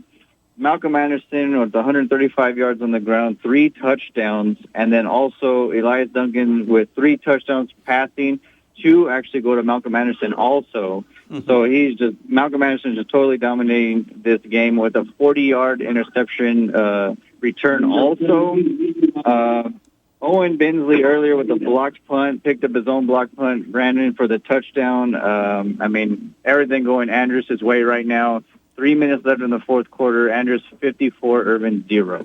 Wow, fast-moving game there at Allen Sepkowitz Stadium. 54-0 Andrus over Irvin. And you heard Malcolm Anderson doing all the damage. A few touchdown runs, a couple of touchdown catches, and 1 interception return for a score. Like I said, he saw what Uribe did last week and said, what's the record in this town? Well, one player that might have the record getting awfully close is Canutillo's L.J. Martin. Let's head out to Adrian Broadus for an update from Lowenberg Stadium on Canutillo hosting Hanks. Adrian. 10 minutes left here in the third quarter. Canutillo all over Hanks 47-3 on Canutillo's opening drive. We've seen something that we don't typically see when we watch L.J. Martin, him not get a first down. Yes, the Canutillo Eagles were stopped on their opening drive of the second half, had to punt, and now the Hanks Knights have it at their own 22-yard line. Again, when we're talking about L.J. Martin tonight, he's got 17 carries, 324 rushing yards, and 5 touchdowns. 9:48 left here in the third quarter. Canutillo all over Hanks, 47-3. All right, Adrian, thank you so much for that update from Julius and Irene Lowenberg Stadium. Let's head out to Horizon's Emperor Stadium. Join Joey Panisi for this update on Horizon hosting Isleta. Joey, take it away. Yes, with 4 minutes and 50 seconds left in the third quarter, the score is Horizon 21, Isleta 7. Isleta received the kickoff and ran everything but the kitchen sink at Horizon. They were running Wildcat. They had Gavin Espino in there at quarterback. He's their leading receiver, and they just couldn't get anywhere. And Horizon, just like last time I watched them, Ernie Garcia's had 3 20-plus yard runs called back because of little silly penalties. I know against Bowie when he scored 7 touchdowns, they called 3 back.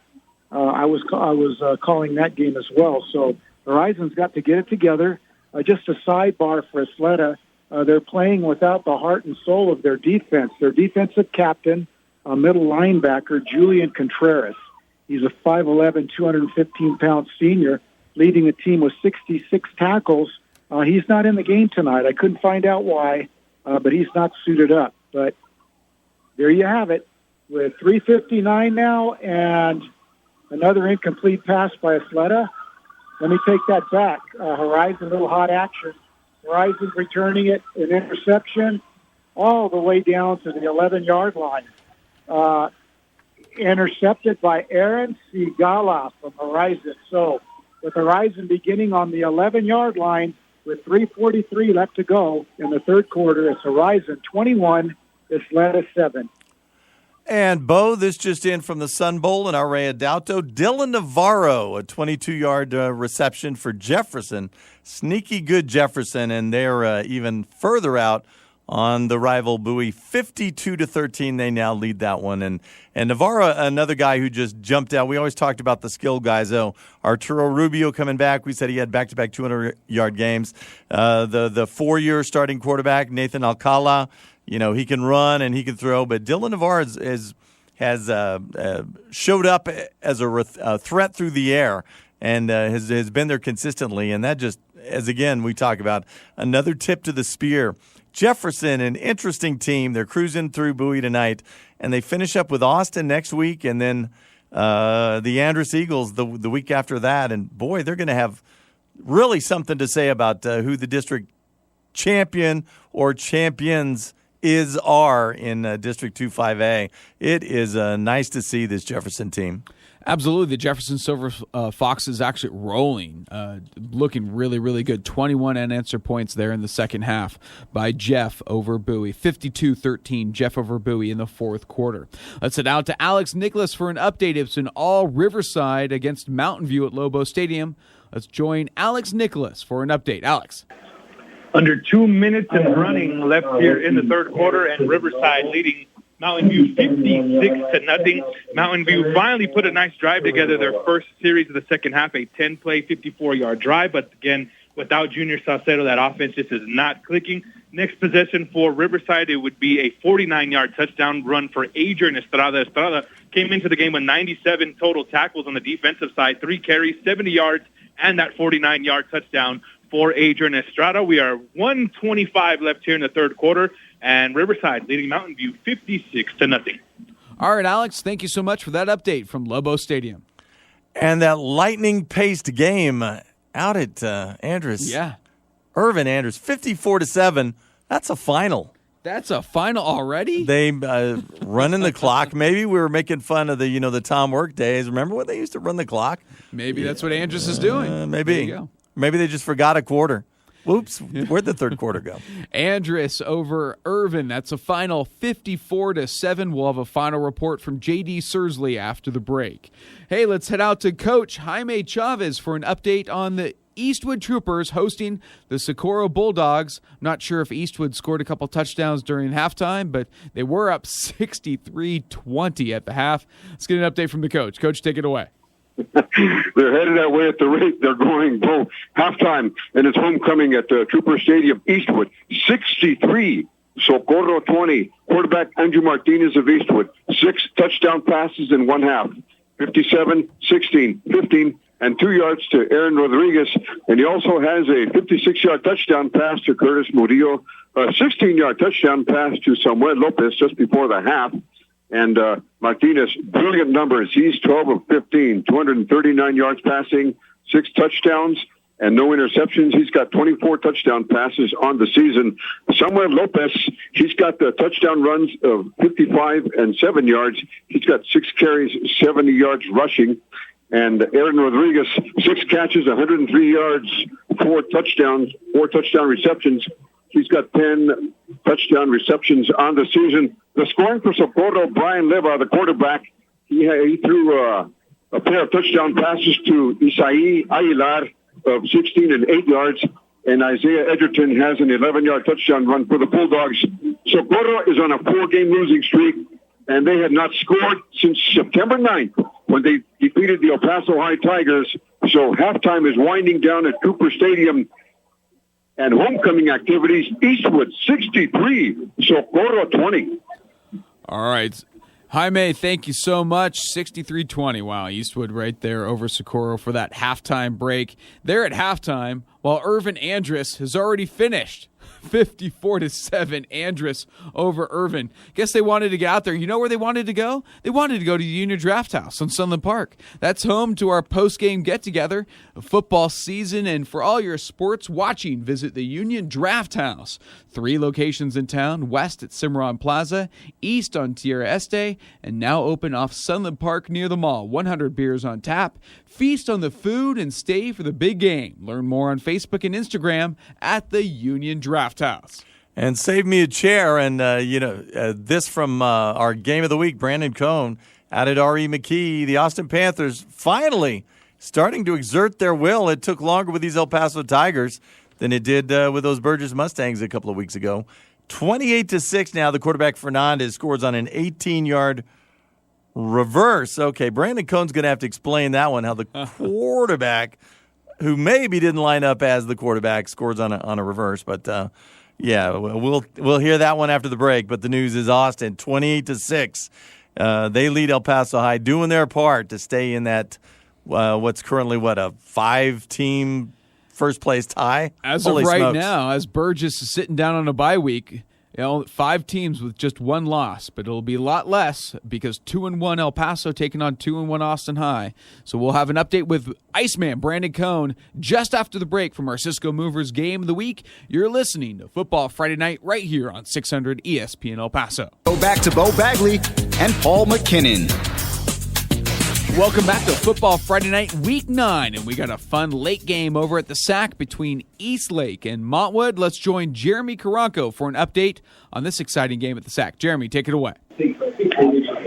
Yeah, we have just reached the first half buzzer here at the SAC, and it is Eastlake leading Montwood 28-0 with 2 seconds before the half ended.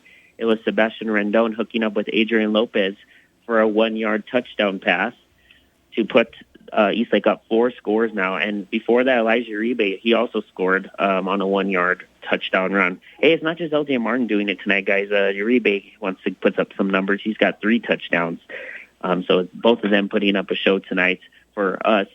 And let's see, for Eastlake, leading the way, of course, Uribe, 140 yards on 13 carries and 3 scores.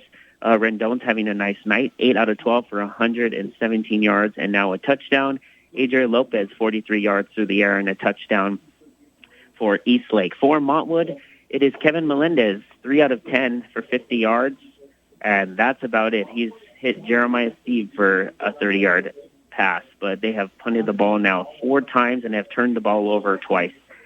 Montwood, 74 yards to Eastlake's 283 was a balanced 117 in the air and 166 on the ground. So halftime at the SAC, it is 28-0 Eastlake over Montwood. Jeremy, thank you so much. Boy, big first half for the Eastlake Falcons and Elijah Uribe just doing again, this time over the Montwood Rams in the late game, second game of a doubleheader. Remember, earlier today, Del Valle topped El Dorado 33-23, the early game at the SAC. Let's sit out to the Iceman, Brandon Cohn, sitting by for an update on our Cisco Movers Game of the Week. An exciting game if you're an Austin Panthers fan, right, Brandon? Yeah, it absolutely is, Bo. 4:06 to go here in the third quarter. All Austin, 30-6 now over El Paso High at the 5:21 mark of the third quarter. Austin pulling more tricks out of their hat as this time quarterback Luis Fernandez scores on the 18-yard reverse play on the touchdown. Let me explain this to you. I'm going to paint the picture, Bo. So running back Wilson gets the pitch. Then he gives it back to Fernandez, who then scores to the far left on the reverse play. More razzle-dazzle trickery. Austin's been doing it all night long to put the Panthers up 28-6. Their defense has been relentless because just a few seconds ago at the 4:03 mark, Austin gets a safety after El Paso High's quarterback Chidas ends up getting a bad snap, loses about 18 yards down to the 1-yard line. The very next play, they're in the shadow of their own goal line there, and Chidas does a smart move. He ends up stepping out of bounds. They get the safety. So Austin just relentless tonight defensively. And, of course, offensively, they're pulling all the tricks at this point. 4:06 to go here, third quarter, 91st Battle of the Claw. Austin 30, El Paso High 6. It's interesting to me, Bo, that, in his contest, Austin's pulled out some tricks tonight. Jaden Wilson threw a halfback option pass, and now we got a reverse off a toss sweep that goes for another score. Austin, the reputation of nose to the grindstone, keep it simple, don't make mistakes. If we don't beat you, you're going to beat yourself, but we're not going to beat ourselves. Now they're playing some games. I don't know if they feel confident or they just know the playoffs are coming. It's time for other teams to see some stuff on tape that those Austin Panthers can do. But a couple of tricks tonight, and they both work for scores. And 30-6, yeah, absolutely, 30-6. Austin leading the El Paso High Tigers. Also in the fourth quarter, over at the Sun Bowl, Jefferson Silver Foxes leading the Bowie Bears 52-21. That's an exciting one there at the Sun Bowl, big rivalry there. And also at halftime, the Chapin Huskies lead the Bel Air Highlanders 55-10. We're going to take a quick break, come back with late fourth quarter action all over town. You're listening to Football Friday Night right here on 600 ESPN El Paso. You're listening to Football Friday Night on 600 ESPN El Paso.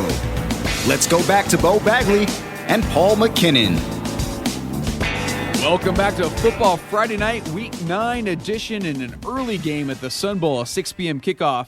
The Jefferson Silver Foxes leading the Bowie Bears 59-21, that late in the fourth quarter. Thanks to Football Friday Night reporter Ray Adauto for those updates, as he's working for the Bowie PA office. And, boy, it's been tough for the Bowie Bears tonight.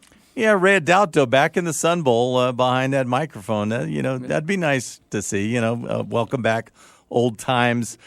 Speaking of old times, Miguel Rubio again into the end zone, the senior running back, as we said. A couple of back-to-back 200-yard games coming in. Well, now he's tossed in a few touchdowns and who knows how many yards. But Rubio from 2 out, as you said, 59 to, 20 now? 59-21, Wow. Jefferson. Wow, is right. And Jefferson looking like they're going to improve to 3-1 in district. Speaking of 3-1, the Andress Eagles have already defeated the Irvin Rockets 54-7. Andress improving to 3-1 in district, while Irvin falling to 0-5. Let's go out to J.D. Sursley for this wrap-up of Irvin and Andress. J.D. Yeah, Mr. Bagley, all Andress all night, 54-7 over the Irvin Rockets. Malcolm Anderson, the workhorse he was, 5 overall touchdowns, 3 on the ground, 2 in the air. Elias Duncans with 3 passing touchdowns, obviously 2 to Malcolm Anderson and 1 to C.J. Hagar. Block punt return for a touchdown by Owen Bensley. He did everything. He blocked the punt and returned it for the touchdown. All Andress, and then obviously sometimes you get lucky from the heavens. Irvin gets a fumble from Andress that's just basically trying to kill the clock that ended up in the goal line. So that's how they're able to get those 7 points. John Knutson scored a 7-yard pass touchdown to Jonathan Chaez. But like I said, all Andress all night, 54 over Irvin 7. All right, JD, thank you so much. Great job tonight. Big win for the Andress Eagles, improving to 6-2 overall, 3-1 in district, while Irvin falls to 2-7, 0-5. And just one quick checkup on JD's math. He's gotten it right in the past. I heard he's 5 touchdowns, I believe I heard him saying, and he said 3 on the ground and 2 on the air. And I think he's forgetting that interception return for the score. Also, Malcolm Anderson, his second straight week with interception returns for scores, had 4 touchdowns a week ago. And when you recheck JD's math, you now have 6 touchdowns this week. So Malcolm Anderson, with Jeremiah Cooper out injured, no Malachi Doe, has scored 10 touchdowns in the last 2 weeks. Tonight a W, last week a 35-34 narrow loss to the Burgess Mustangs. And huge win for the Andress Eagles. Anderson doing it on the air, doing it on the ground, and also doing it on defense. So great job by the Andress Eagles, improving to 6-2 overall, 3-1 in district. Now time for our 2-minute drill, brought to you by the El Paso Association of Builders. Let's go quickly through our games. First, starting with Adrian Broadus over at Lowenberg Stadium, Canutillo hosting Hanks. Adrian. 10:17 left here in the fourth quarter. Canutillo all over the Hanks Knights 54-3. In this game, L.J. Martin, he's the star of the show with 5 touchdowns. But how about the Canutillo defense with 3 turnovers, including a Jeremiah Ramos interception? Also want to mention a big forced fumble by Jesus Carrillo, and they returned on that one. So again, 9:50 to go here in this game. Canutillo all over Hanks, 54-3. All right, Adrian, thank you for that report from Lowenberg Stadium. Let's now head out to Emperor Stadium. Join Joey Panisi for this update on Horizon hosting Isleta. Joey. Yes, with 11:28 left in the fourth quarter, it is now Horizon 35 and Isleta 7. Ernie Garcia just had a beautiful 77-yard punt return for touchdown, called back 6 15-yard penalty. Garcia recently scored with 2:51 in the third, 18-yard TD run, and then he scored on a 14-yard TD run. Point afters by Angel Simmental. He's 5 for 5. Back to you with 11:28 from Horizon High School. It's Horizon 35. Isleta 7.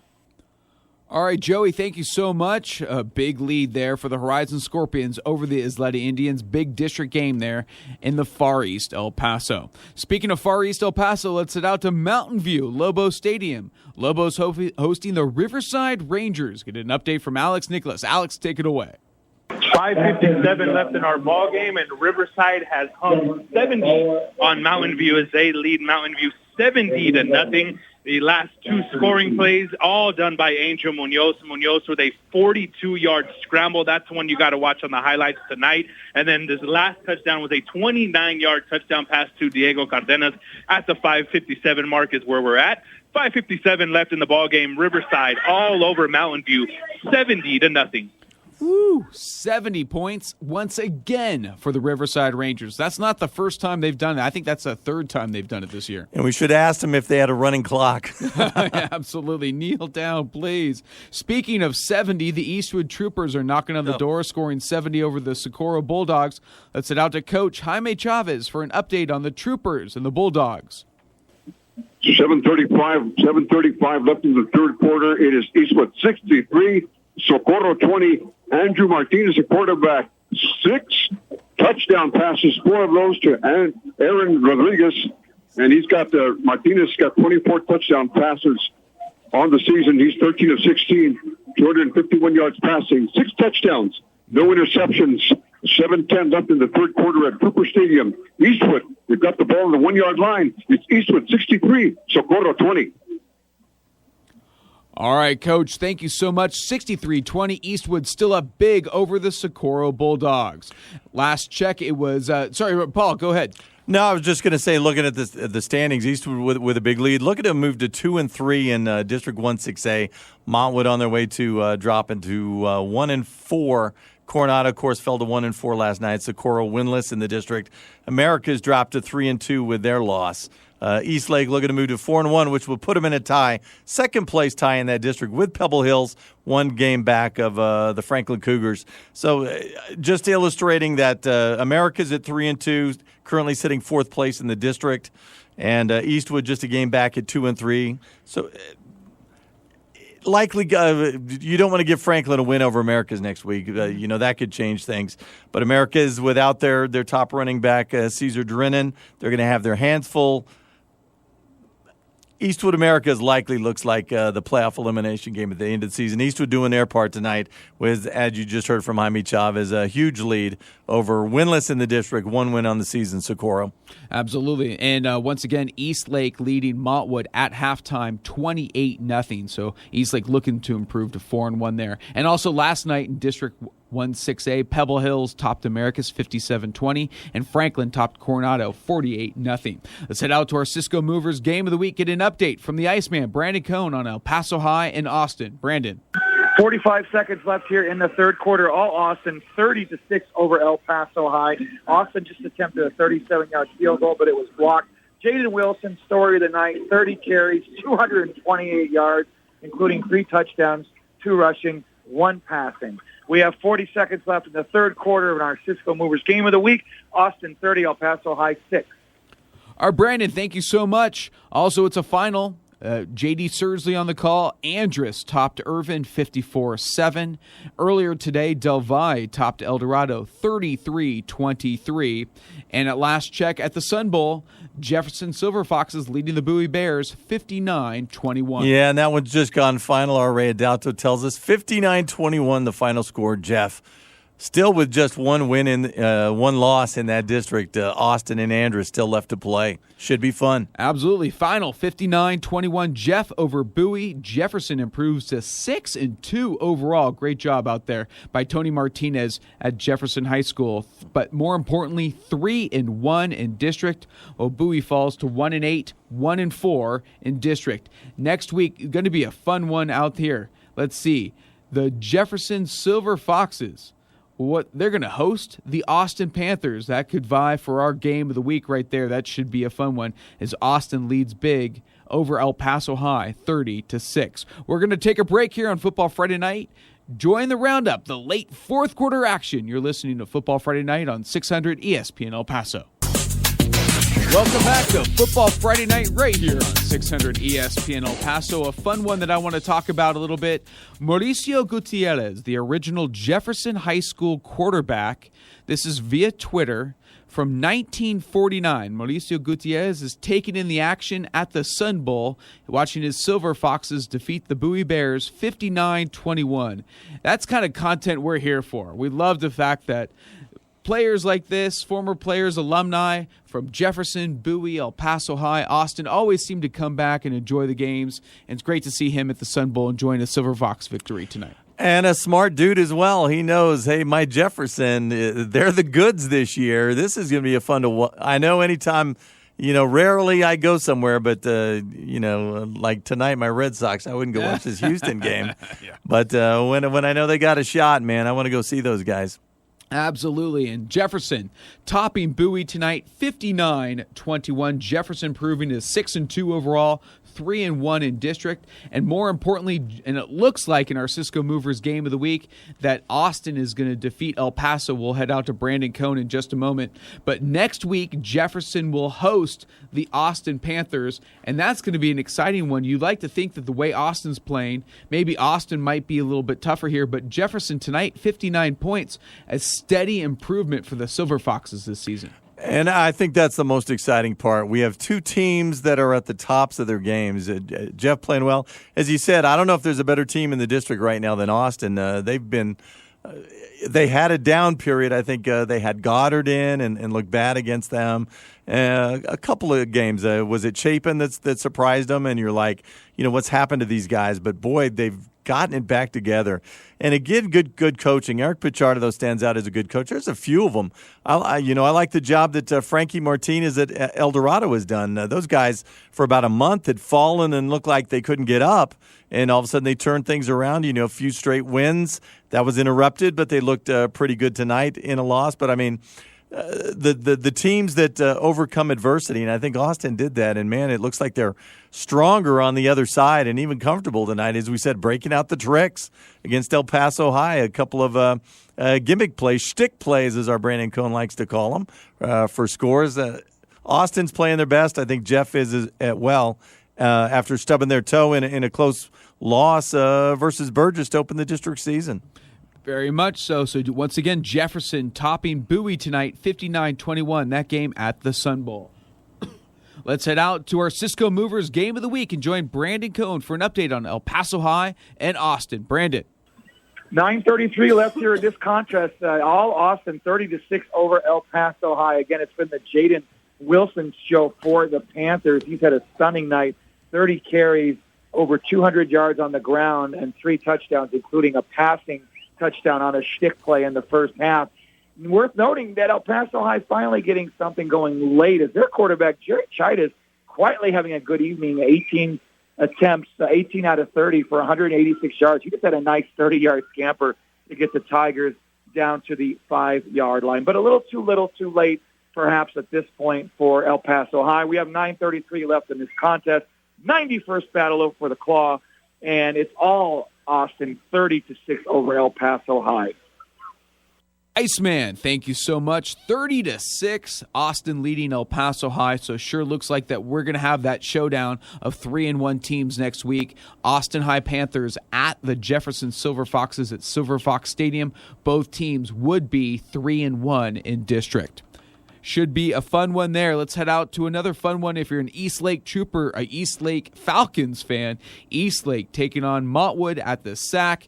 At halftime, it was 28-0 Falcons over the Rams. Let's join Jeremy Karanko for an update of this game, late game at the SAC. 10:57 left to go, third quarter, and as you guys were rooting me on, it is Adrian Lopez catching a 38-yard touchdown pass from Sebastian Rendon.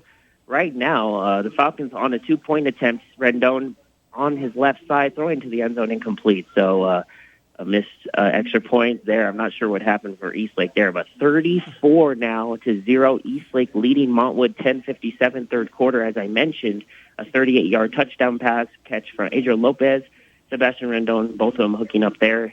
2 touchdowns for the pair again tonight. And looking at speaking of the Falcons, Uribe, we mentioned 3 touchdowns, 140 yards on 13 carries. Seems like he's just going to be used for situational purposes now for the rest of this game, as Jeremiah Escamilla is now taking the reins in the field for the Eastlake Falcons. A precious player there. You don't want to risk injuring him with the lead now. So we got 10:57 left to go, third quarter. Eastlake, another score, 34-0 over Montwood. Yeah, and Beau, I would say, especially coming off that 45-carry game a week ago, whatever it was, 291 yards, 7 rushing touchdowns, 1 touchdown reception. Yeah, Uribe deserves a an early night off. He reminds me of the Coronado kid from a few years back, Dominic Varela. When the Thunderbirds got a little in trouble, they brought him over from the defensive side of the football, nose tackle / linebacker. And other teams, they just couldn't stop him. They would hit him, and he would just keep going.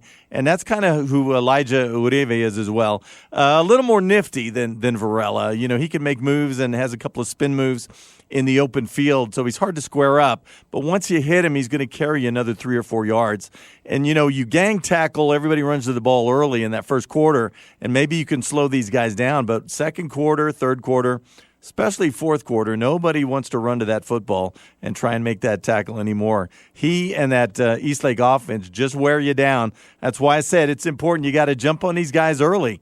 Make them chase you on the scoreboard, that is. And if you don't do that, at least the teams in this town, you're going to have an issue with these guys. Absolutely. 34-0 Eastlake over Maltwood, that game in the third quarter. Also, late in the game, Chapin all over Bel Air, 62-13, that game at Highlander Stadium. Hey, let's head out to Canutillo's Julius and Irene Lowenberg Stadium for an update on Canutillo hosting Hanks. This was the L.J. Martin Show. Let's join Adrian Broadus for an update. Adrian.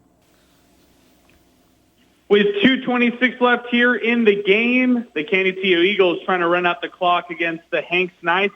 L.J. Martin stepping in playing a little quarterback right now. He's got 18 carries tonight for 360 rushing yards and 5 touchdowns in this evening. Just 2:09 left here to go. Canutillo trying to run out the clock, up 54-10 against Hanks.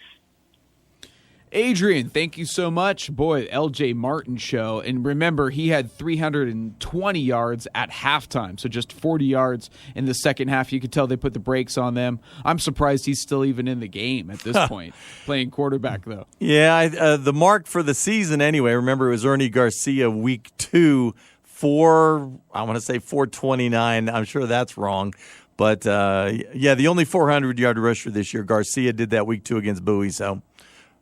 Not shooting for that. No, that's not Coach Brooks, and that's not the way they used L.J. Martin all year long.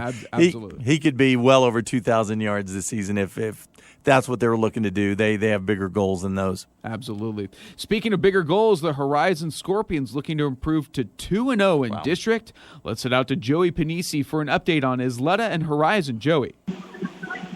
Yes, with 3 minutes and 45 seconds left in the fourth quarter, it's Horizon 42. Isleta 7. Boys, I've been talking about Jacob Quijas and Ernie Garcia, and I just wish you guys could watch these two boys play. Let me tell you about Quijas. He's had 4 20-plus yard runs nullified, a 22-yard TD scramble up the middle nullified, but he wouldn't say die. He was hit late a few plays ago and was rattled. I saw Coach Paolo talking to him, Melendez, and saying he wanted to rest him. And I watched the boy shake his head and say, I want to go back in. Well, what he did was he went in, took over on the 50-yard line. It was a bad snap down on the carpet. He picked it up and scrambled 50 yards for a touchdown. This kid is unreal. So with 2:54, I'll have a wrap for you and give you some stats on the other players. 42-7 with 2:46 left in the fourth quarter. Horizon leads Isleta 42-7. Joey, thank you so much. Appreciate that. That game winding down. Horizon going to improve to 4-4 overall, 2-0 in district. Wow, could they really make a run for the district title, you think, in this one?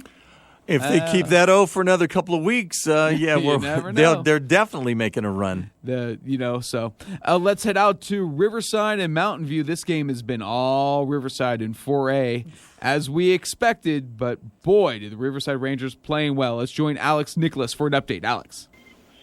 No overlooking tonight, or no trap game for Riverside as they defeat Mountain View 70-0. That's now a 4-game winning streak for Gary Ricoder and the Rangers as they pick up their 285th win in school history.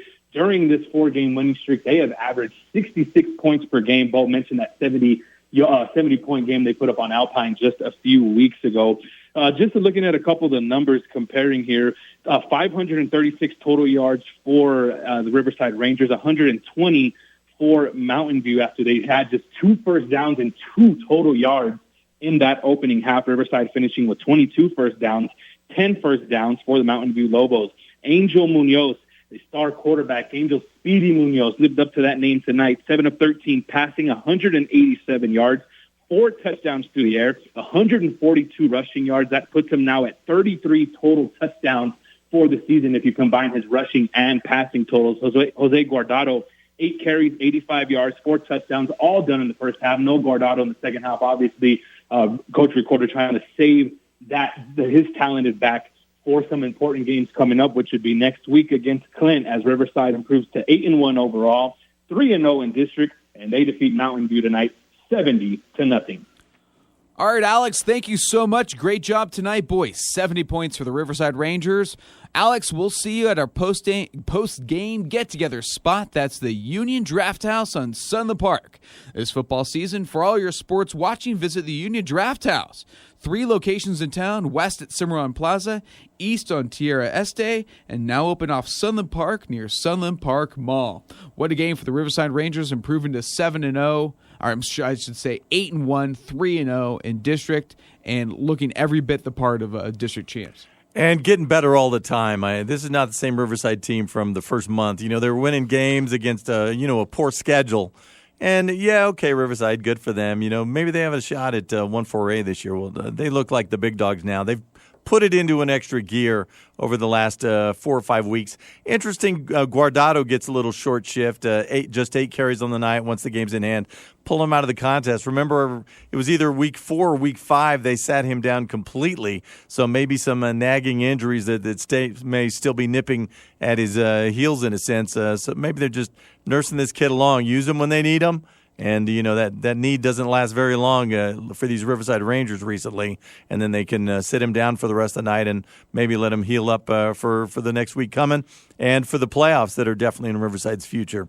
Absolutely. And Riverside gets Clint next week, a fun one. So Riverside put up 70. Speaking of 70, the Chapin Huskies, nearly 70 over Bel Air, lead Bel Air 69-20 with 7 minutes to go in the fourth quarter at Highlander Stadium. Speaking of 70, Eastwood has to be by 70 now, had 63 points at halftime. Let's join the coach, Jaime Chavez, for an update on Eastwood and Socorro. Coach. 11 minutes left in the fourth quarter. It is now Eastwood 77, Socorro 20. And Eastwood head coach Julio Lopez has called off the Dogs, and they're still scoring. New quarterback for the Troopers, junior backup, Jace Molden, 6'3", 200 pounds. He just fired an 11-yard touchdown pass to George Sustaita. Molden, 6'3", 200 yards, and he directed a 7-play, 70-yard scoring drive, and also a backup, Luca Gandara, added a 1-yard touchdown run for the Troopers. And for quarterback Andrew Martinez, his night is done, and he had a great night. 6 touchdown passes, and 4 of those to Aaron Rodriguez, 57, 16, 15, and 2 yards. And Martinez was 13 of 16 for 251 yards passing, 6 touchdowns, no interceptions. He also threw 2 more touchdown passes to Curtis Murillo, 56 yards. And Samuel Lopez also caught a 16-yard touchdown pass from Martinez. Lopez also had 2 touchdown runs of 55 and 7 yards. He had 8 carries and 95 yards rushing.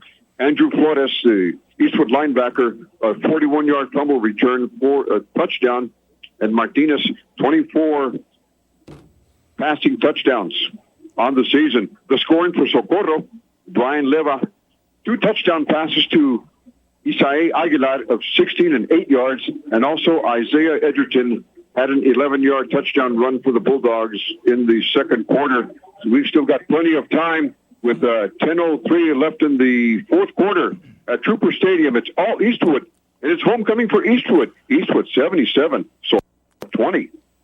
And Beau, Eastwood surpasses their seasonal scoring mark. Remember they put it on Hanks week 2, 75-27, I think it was. And they're putting our Jaime Chavez to the test. You know, Jaime, he knows that radio is a tune-in, tune-out medium where, maybe people listening now haven't heard the rest of the night. He likes to review what's been going on. Well, for Jaime to review what's already happened in this contest, it's going to take, he's trying to fit about three and a half minutes into a 45-second report. So, good for Jaime. Absolutely. And, they may not be done yet. The highest scoring game I ever witnessed was Burgess Austin 87-56 final. So, and that's always my benchmark when you add the points together at the end. And I like being able to say I was at the highest scoring game. So I get a little nervous when these things start getting into the 70s or so. Yeah, absolutely. Eastwood 77-20. Wow. Jaime Chavez on the call. Thank you, Coach. Hey, let's head out. We got a final at Lowenberg Stadium between the Hanks Knights and the Canutillo Eagles. So out to Adrian Broadus for a wrap up of Canutillo and Hanks. Adrian. That's right. It's all over here, guys. Canutillo with a big 54-10 victory over the Hanks Knights. L.J. Martin, a career day, 19 carries, 372 unofficially, and 5 total touchdowns, including a 95-yard touchdown for him tonight. There was 3 turnovers that the Canutillo Eagles capitalized off defensively. Isaiah Chavez with an interception tonight. Jesus Carrillo with a fumble recovery in this one, along with Jeremiah Ramos, who picked off the quarterback for Hanks Knights. Speaking of the quarterback, Marcus Porras, in this game, 150-plus, but it was really Adalius Coleman who stood out for the Hanks Knights on offense. He had over 75 yards of receiving, including an 11-yard touchdown catch. Xavier Johnson struggled on the ground for the Hanks Knights, couldn't get anything really going for this run game. Canutillo now improves to 8-1 on the season, 3-0 in district play heading into a bye week. They'll close out their district slate against Horizon on November 5th. While the Hanks Knights, they fall to 1-7 on the year, 0-2 in district play, and they'll take on the Horizon Scorpions next week. So that'll do it for me out here as Canutillo tops Hanks 54-10. All right, Adrian, thank you. And Beau, one out-of-town score. This one from Houston, all done in the ALCS. The Astros shut out the Beau Sox 5-0, win 3 straight games. Houston going back to the World Series, waiting on your Dodgers and those Atlanta Braves to figure out the NL side. I would absolutely love to see a Houston Dodgers World Series recapping. And Kershaw throws at everybody's heads, right? Oh, wouldn't that Somebody's be got to tell that guy to stop complaining. Unfortunately, though. Joe Kelly is hurt, so he won't be pitching. Oh, love Joe Kelly. If the Dodgers got there either. But hey, still lots to come in baseball. Atlanta and LA tomorrow night should be a fun one. Hey, let's head out to our Cisco Movers game of the week. Get an update from Brandon Cohn on El Paso High and Austin. Brandon. 3:39 left in this one. It's all but an almost foregone conclusion is Austin with a 30-6 lead over El Paso High. And certainly the Panthers dominating on the ground throughout this game. As we mentioned, it's 3 touchdowns for Jaden Wilson, including 1 passing touchdown in the first half. Well over 200 yards on the ground for Wilson. And in this quarter in particular, they've also been utilizing Sergio Rodriguez, who has been running all over the El Paso High Tigers, 10 carries for him for 70 yards as well. El Paso, Austin, now they're just trying to run out the clock at this point. 3:16 remaining in this contest, and it's Austin 30, El Paso High 6. All right, Brandon, thank you very much. 30-6, the battle of the claw looked like it's going to go Austin's way, improving to 3-1, but 3.5 minutes to go there.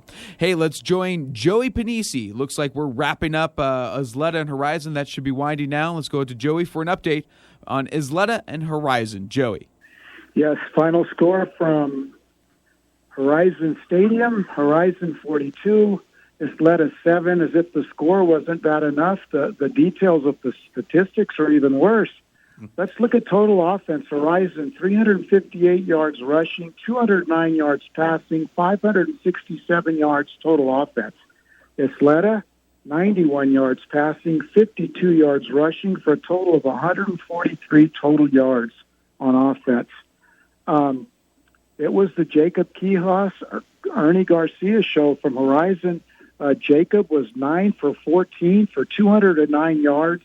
That put him over the 1,000-yard mark for the year. He's up to 1,098 yards now. He had 12 carries tonight for 136 yards, and he rushed for another touchdown. And Ernie, let me tell you about Ernie. They punted late in the game, and the ball was squibbling down deep into Horizon's territory. Four Athletic kids were ready to down it. Ernie snatched it out from between all four of them, ran right up the middle for a 25-yard gain. The kid is just unbelievable. He'll find a way to hurt you. He's up to 17 touchdowns for the year, 4 tonight. He rushed for 153 yards. That's his 600-plus yard rushing game. And let's give a little credit to the kicker. Angel Pimentel was a perfect 6 for 6. And, well, let's see what happens next week. Isleta came in. Here's a funny note. They're 4-1 on the road, 0-3 at home. So they came into Horizon tonight, and one of the coaches was telling me, hey, we should win this game. We're better on the road than we are at home. Well, they better pick it up because next week, let's see, where do they go next week? Next week, they're home versus Parkland, and Parkland's going to be hungry for a win. Hopefully for them, they can break that losing streak at home because they definitely need it going into the playoffs.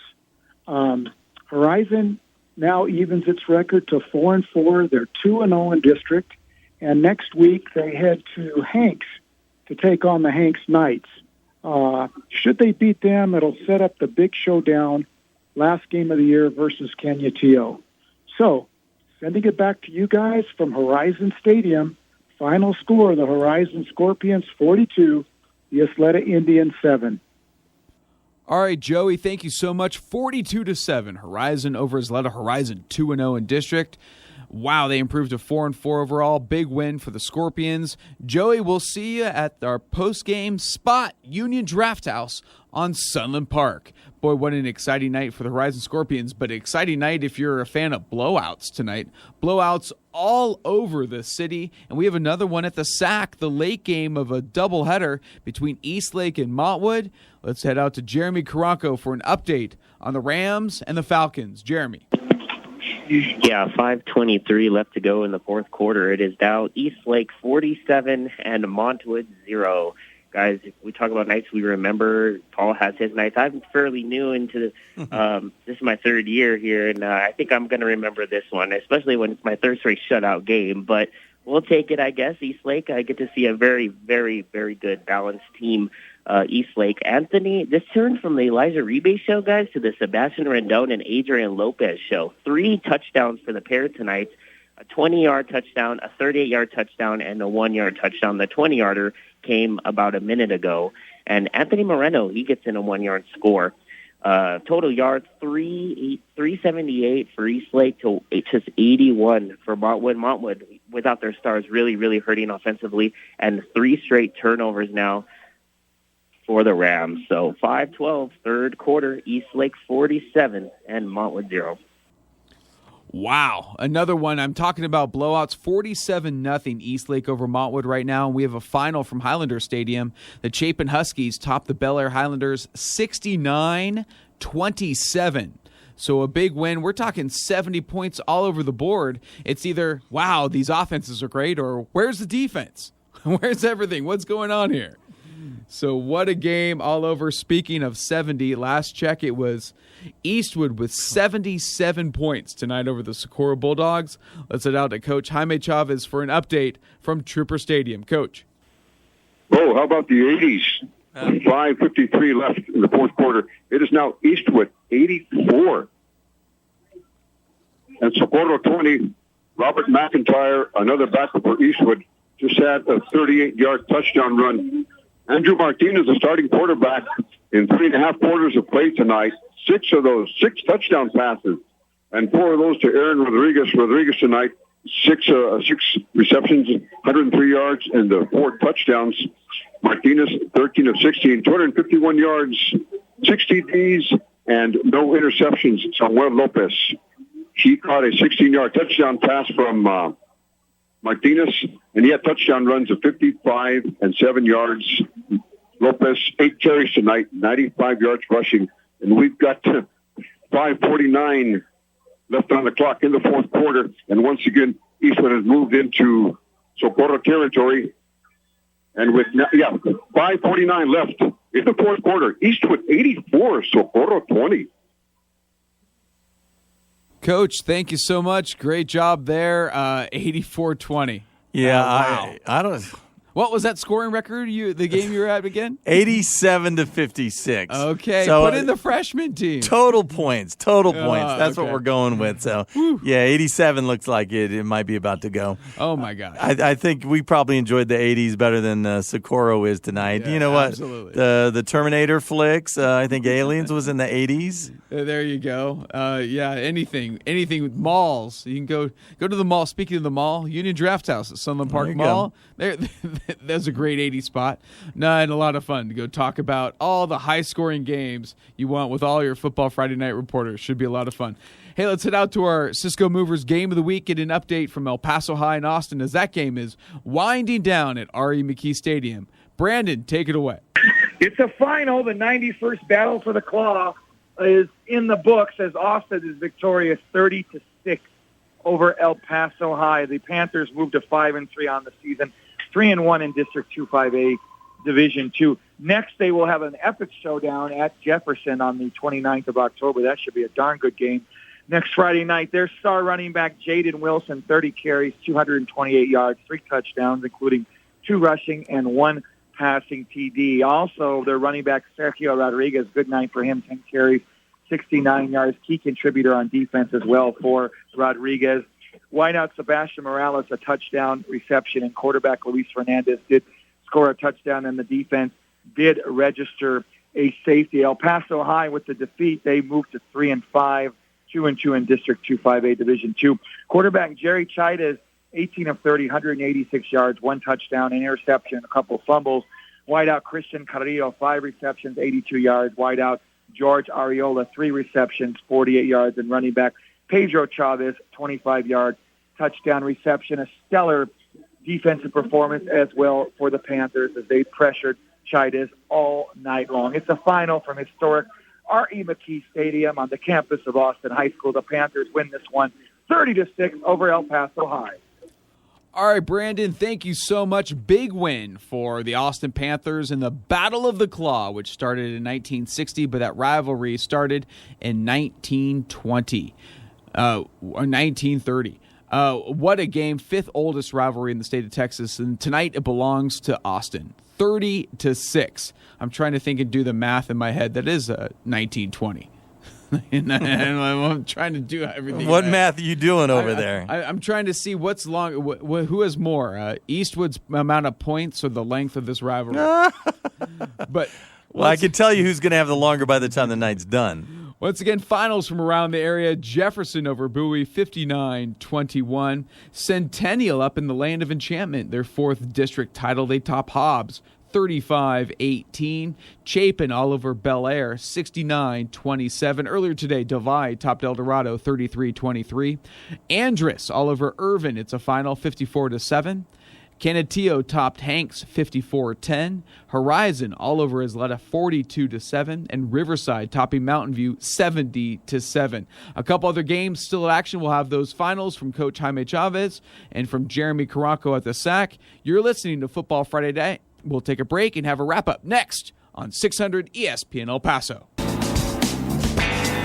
Welcome back to Football Friday Night right here on 600 ESPN El Paso and our Cisco Movers Game of the Week. The Austin Panthers victorious over their rivals, the El Paso High Tigers, 30-6. Austin improves to 3-1 and a big showdown with Jefferson next week.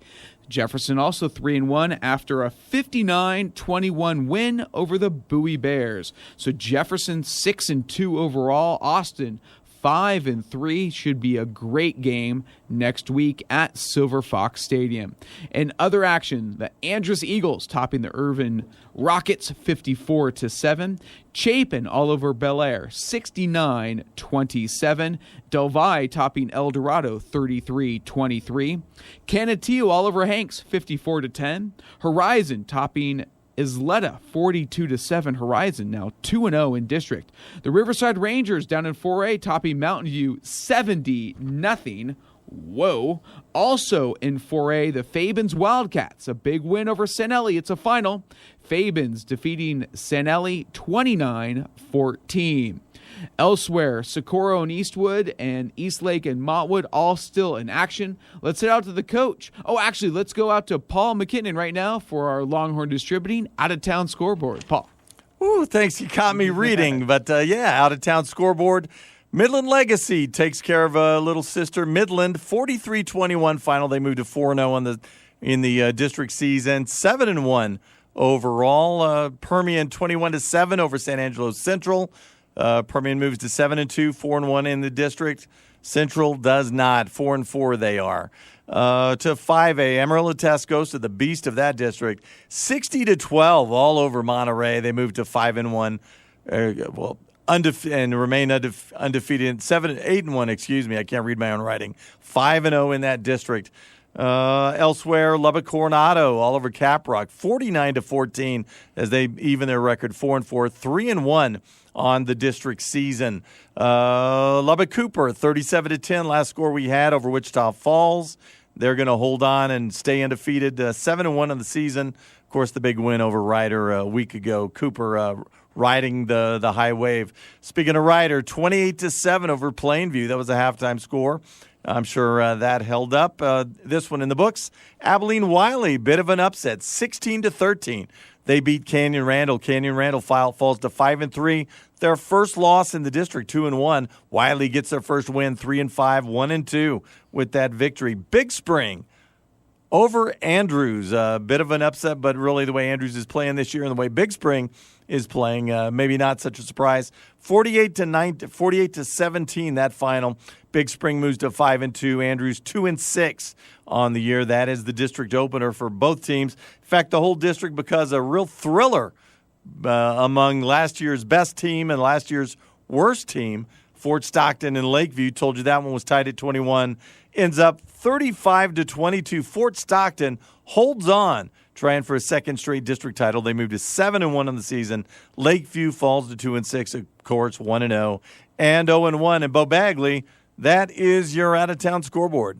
Brought to you by Longhorn Distributing, the only hot seat dealer in West Texas and southern New Mexico. Your source for cleaning equipment, service, and supplies, Longhorn Distributing. We have our Land of Enchantment, New Mexico scoreboard. Out the Field of Dreams, Centennial tops Hobbs 35-18, earning their fourth district title in school history. Oregon Mountain, the Knights fall at Carlsbad 34-20.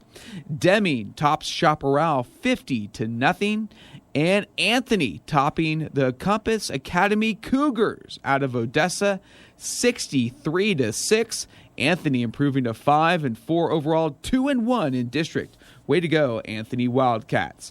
Now let's head out to Trooper Stadium. Or Paul, you got something here? No, let's get out to Trooper Stadium. I'm with you. Let's end this game. Eastwood and Socorro. Let's head out to Trooper Stadium. Join the coach Jaime Chavez for an update on Socorro and Eastwood. Coach. Oh, this one ends mercifully. Eastwood 84, Socorro 20. Eastwood 7 touchdowns through the air tonight. 4 rushing touchdowns and a touchdown from a fumble recovery return. And the big story, quarterback Andrew Martinez, 6 touchdown passes. He was 13 of 16, 251 yards passing. 6 touchdowns and no interceptions in 3.5 quarters of play. And his top target, 4 of those touchdown passes to Aaron Rodriguez. Rodriguez, 6 receptions, 103 yards. And the 4 TDs. Samuel Lopez, he led all the rushers tonight, everybody in running. 8 carries, 95 yards rushing. He had touchdown runs of 55 and 7 yards, and also a 16-yard TD reception. And the scoring for Socorro, Brian Leyva, 2 touchdown passes of 16 and 8 yards to Isai Aguilar. And Isaiah Edgerton had an 11-yard touchdown run for the Bulldogs, and Socorro had not scored since September 9th when they beat El Paso High. The Bulldogs are on a 5-game losing streak. Now, Eastwood is still in the hunt, in the playoff hunt in District 1-6A. They improved to 4-4 overall, 2-3 in district. They'll be at Coronado next week. Socorro, it gets even tougher. They're 1-7 overall, 0-5 in district. Next Thursday, they'll host Eastlake. The final, once again, from Trooper Stadium, a happy homecoming for Eastwood. Eastwood 84, Socorro 20. And, Bo, now I can tell you what I've been staring at my phone for about the last 5 minutes. Eastwood's 84-20 win over Socorro means they match what was then 5A, in other words, the top level of football in El Paso. 5A at the time, now it's 6A. They have equaled what the Socorro Bulldogs did. Socorro tonight, they did it to Parkland back in 1988 when both were 5As. Remember, Socorro wasn't always the team we've currently seen over recent years. They had a 5-year run where they were district champs, and they put 84 points on Parkland, as I said, back in 1988. The most points in 6A or 5A, 88 by Euless Trinity, that in 2010 against Flower Mound. And the 87 I saw, Bel Air and Austin, they were both 4A teams at those times. But, now that I think about it, I might have seen the Socorro Parkland game. I remember seeing Socorro Parkland when Socorro was terrific, Parkland not so much. And the Socorro Bulldogs 3 times in a row onside kicked after a score. Wow. And recovered the ball, and the Parkland Matadors did not like it. 200 yards of penalties on the Matadors as they started taking cheap shots, and I would say deservedly so, throughout the second half. So Socorro was putting up the points. Parkland was dealing out the bruises, most of them coming after the whistle. And that's what happens when you're up 42 points, 42-0, and you're still onside kicking. Wow, amazing. And now it's all in the history books. What a game between Socorro and Parkland back in the day. Jim Carson. All right. Final 84-20 Eastwood over Socorro. Thank you, Coach. Coach, we'll see you at the Union Draft House on Sunland Park. Anybody, all come and meet us, and let's all talk some high school football because we have lot of blowouts and a lot of points to talk about tonight. Eastlake and Montwood still under its 50-0 Eastlake over Montwood at the start of the fourth quarter. We'll take a break. We'll get one last wrap up from Jeremy Karanko, and we'll take a look at next week's games and what do you think might be our Cisco Movers game of the week. We'll talk about it next. You're listening to Football Friday Night right here on 600 ESPN El Paso. Welcome back to Football Friday Night right here on 600 ESPN El Paso as we wrap down the night. One game still in action. We'll head out to the SAC in just a moment. First, here are your final scores from Week 9 on this Friday night from our Cisco Movers game of the night. It's El Paso High and Austin. The Austin Panthers defeat the Tigers 30-6.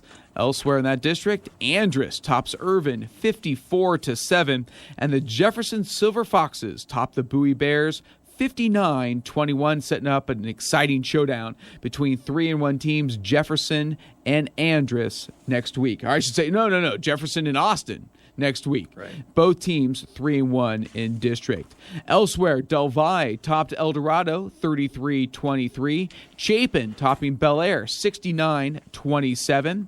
The Canadillo Eagles topping the Hanks Knights 54-10. Horizon all over Isleta 42-7. Riverside topping Mountain View 70-0. The Fabens Wildcats defeating the San Eli Eagles 29-14. Socorro and Eastwood all over Socorro 84-20. That's right, 84 points on the Socorro Bulldogs.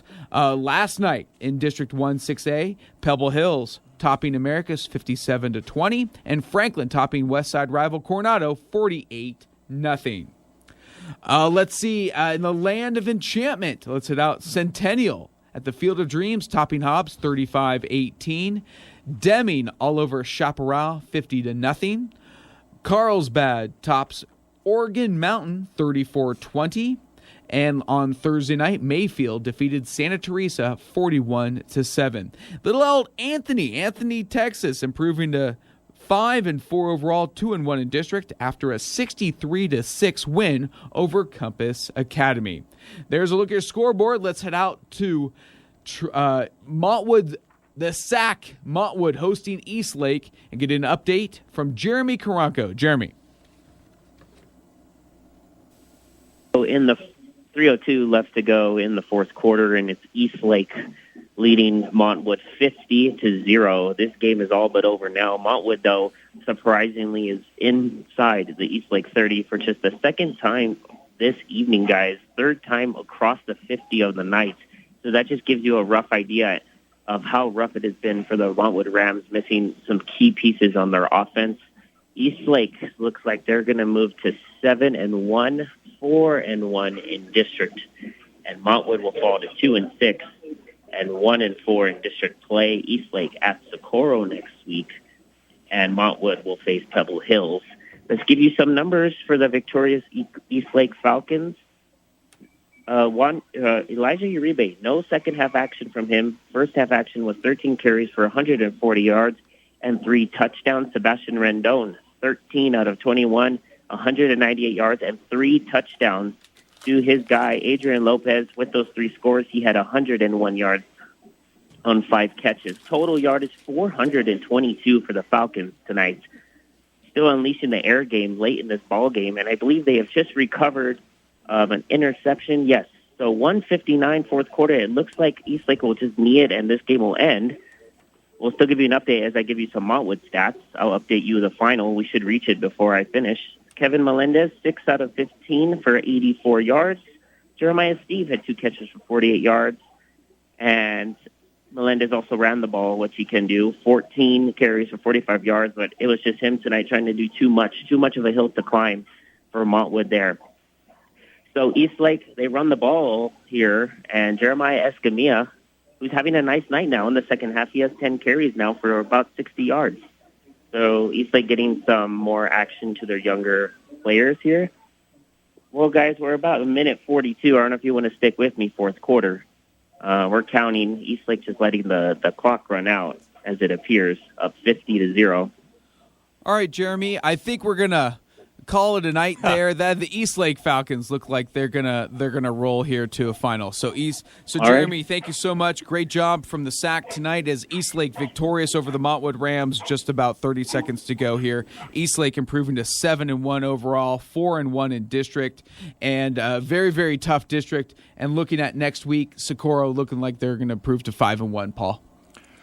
Socorro's going to improve to 5-1. Is that what you just said? I said Eastlake. Eastlake improving to 5-1 no doubt. next week. And there you go. I think that's the way the district holds out. Let's see if anybody can shock the Franklin Cougars. And that's the big news coming out of this game we've talked about from the start of the season. 4 teams pursuing 6 playoff spots with a loss tonight. Montwood falls to 1-4 in the district and eliminated from the playoff hunt. Eastwood still in that hunt with a win over Socorro tonight.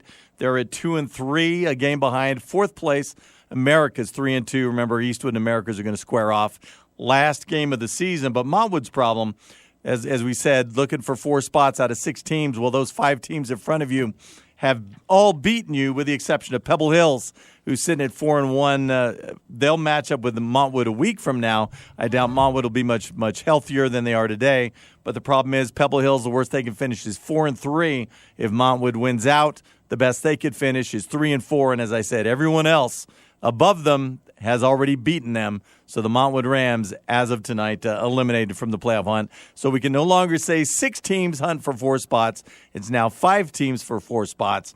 And it looks like that last spot's going to come to, as we've said a few times, the Eastwood Troopers at 2-3. They get Coronado next week, a very winnable game before they get to America's.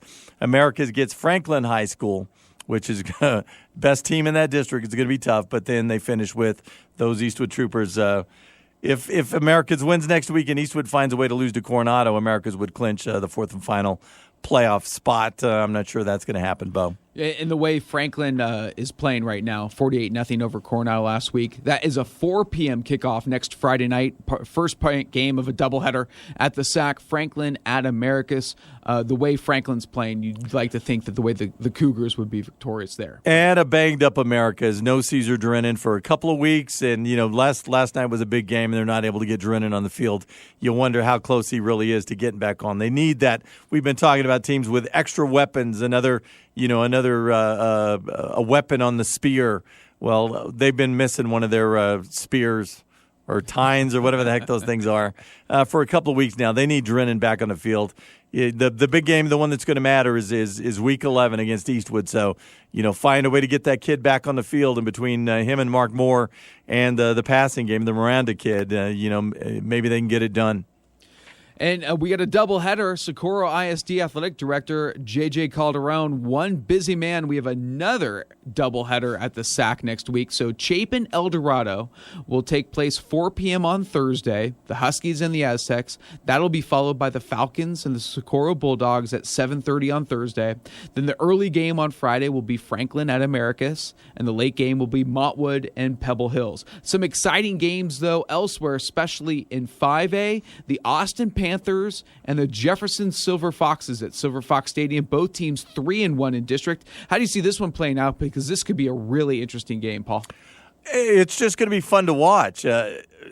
It's nice. Jeff gets better as the weeks go by. They add some things. We saw the Navarro kid tonight stepping in and making some plays through the air. So they're a better team than they were, a month ago. And Austin is playing the best they can play. It seems like they're pretty loose, throwing in some tricks. Looks like they're trying to, scheme-wise, improve themselves every week. Yeah, I love Austin over the last month. I like him against anybody in that district. But, boy, it's going to be fun watching Jeff take a shot at him. By the way, I don't want to lose it before we get away. You were just talking about all the 4 o'clock games at the SAC. Make sure we don't forget. They're supposed to break ground on that second SAC. That's supposed to happen this Monday with a 2023 projected opening.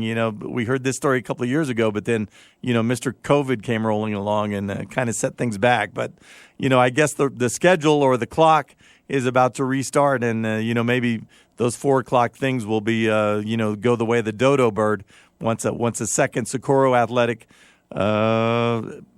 facility is raised up. Absolutely, and it's a final, so maybe Jeremy won't be out at the SAC this late again. It's a final as Eastlake defeats Montwood 50-0. So that is your final score. Once again, Eastlake improving to 4-1 in district, Montwood falling to 1-4. Another exciting game as we look at the schedule next week.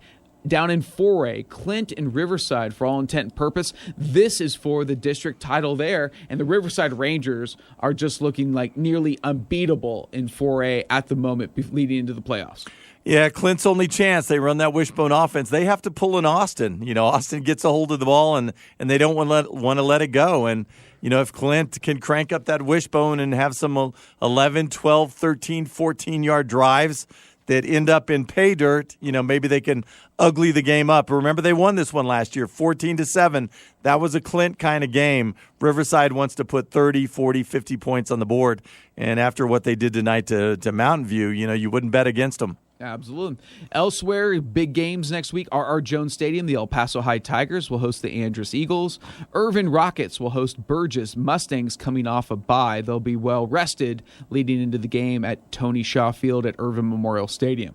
Hanks will host Horizon all Friday night. Del Valle will host Bel Air, fun little Lower Valley rivalry there.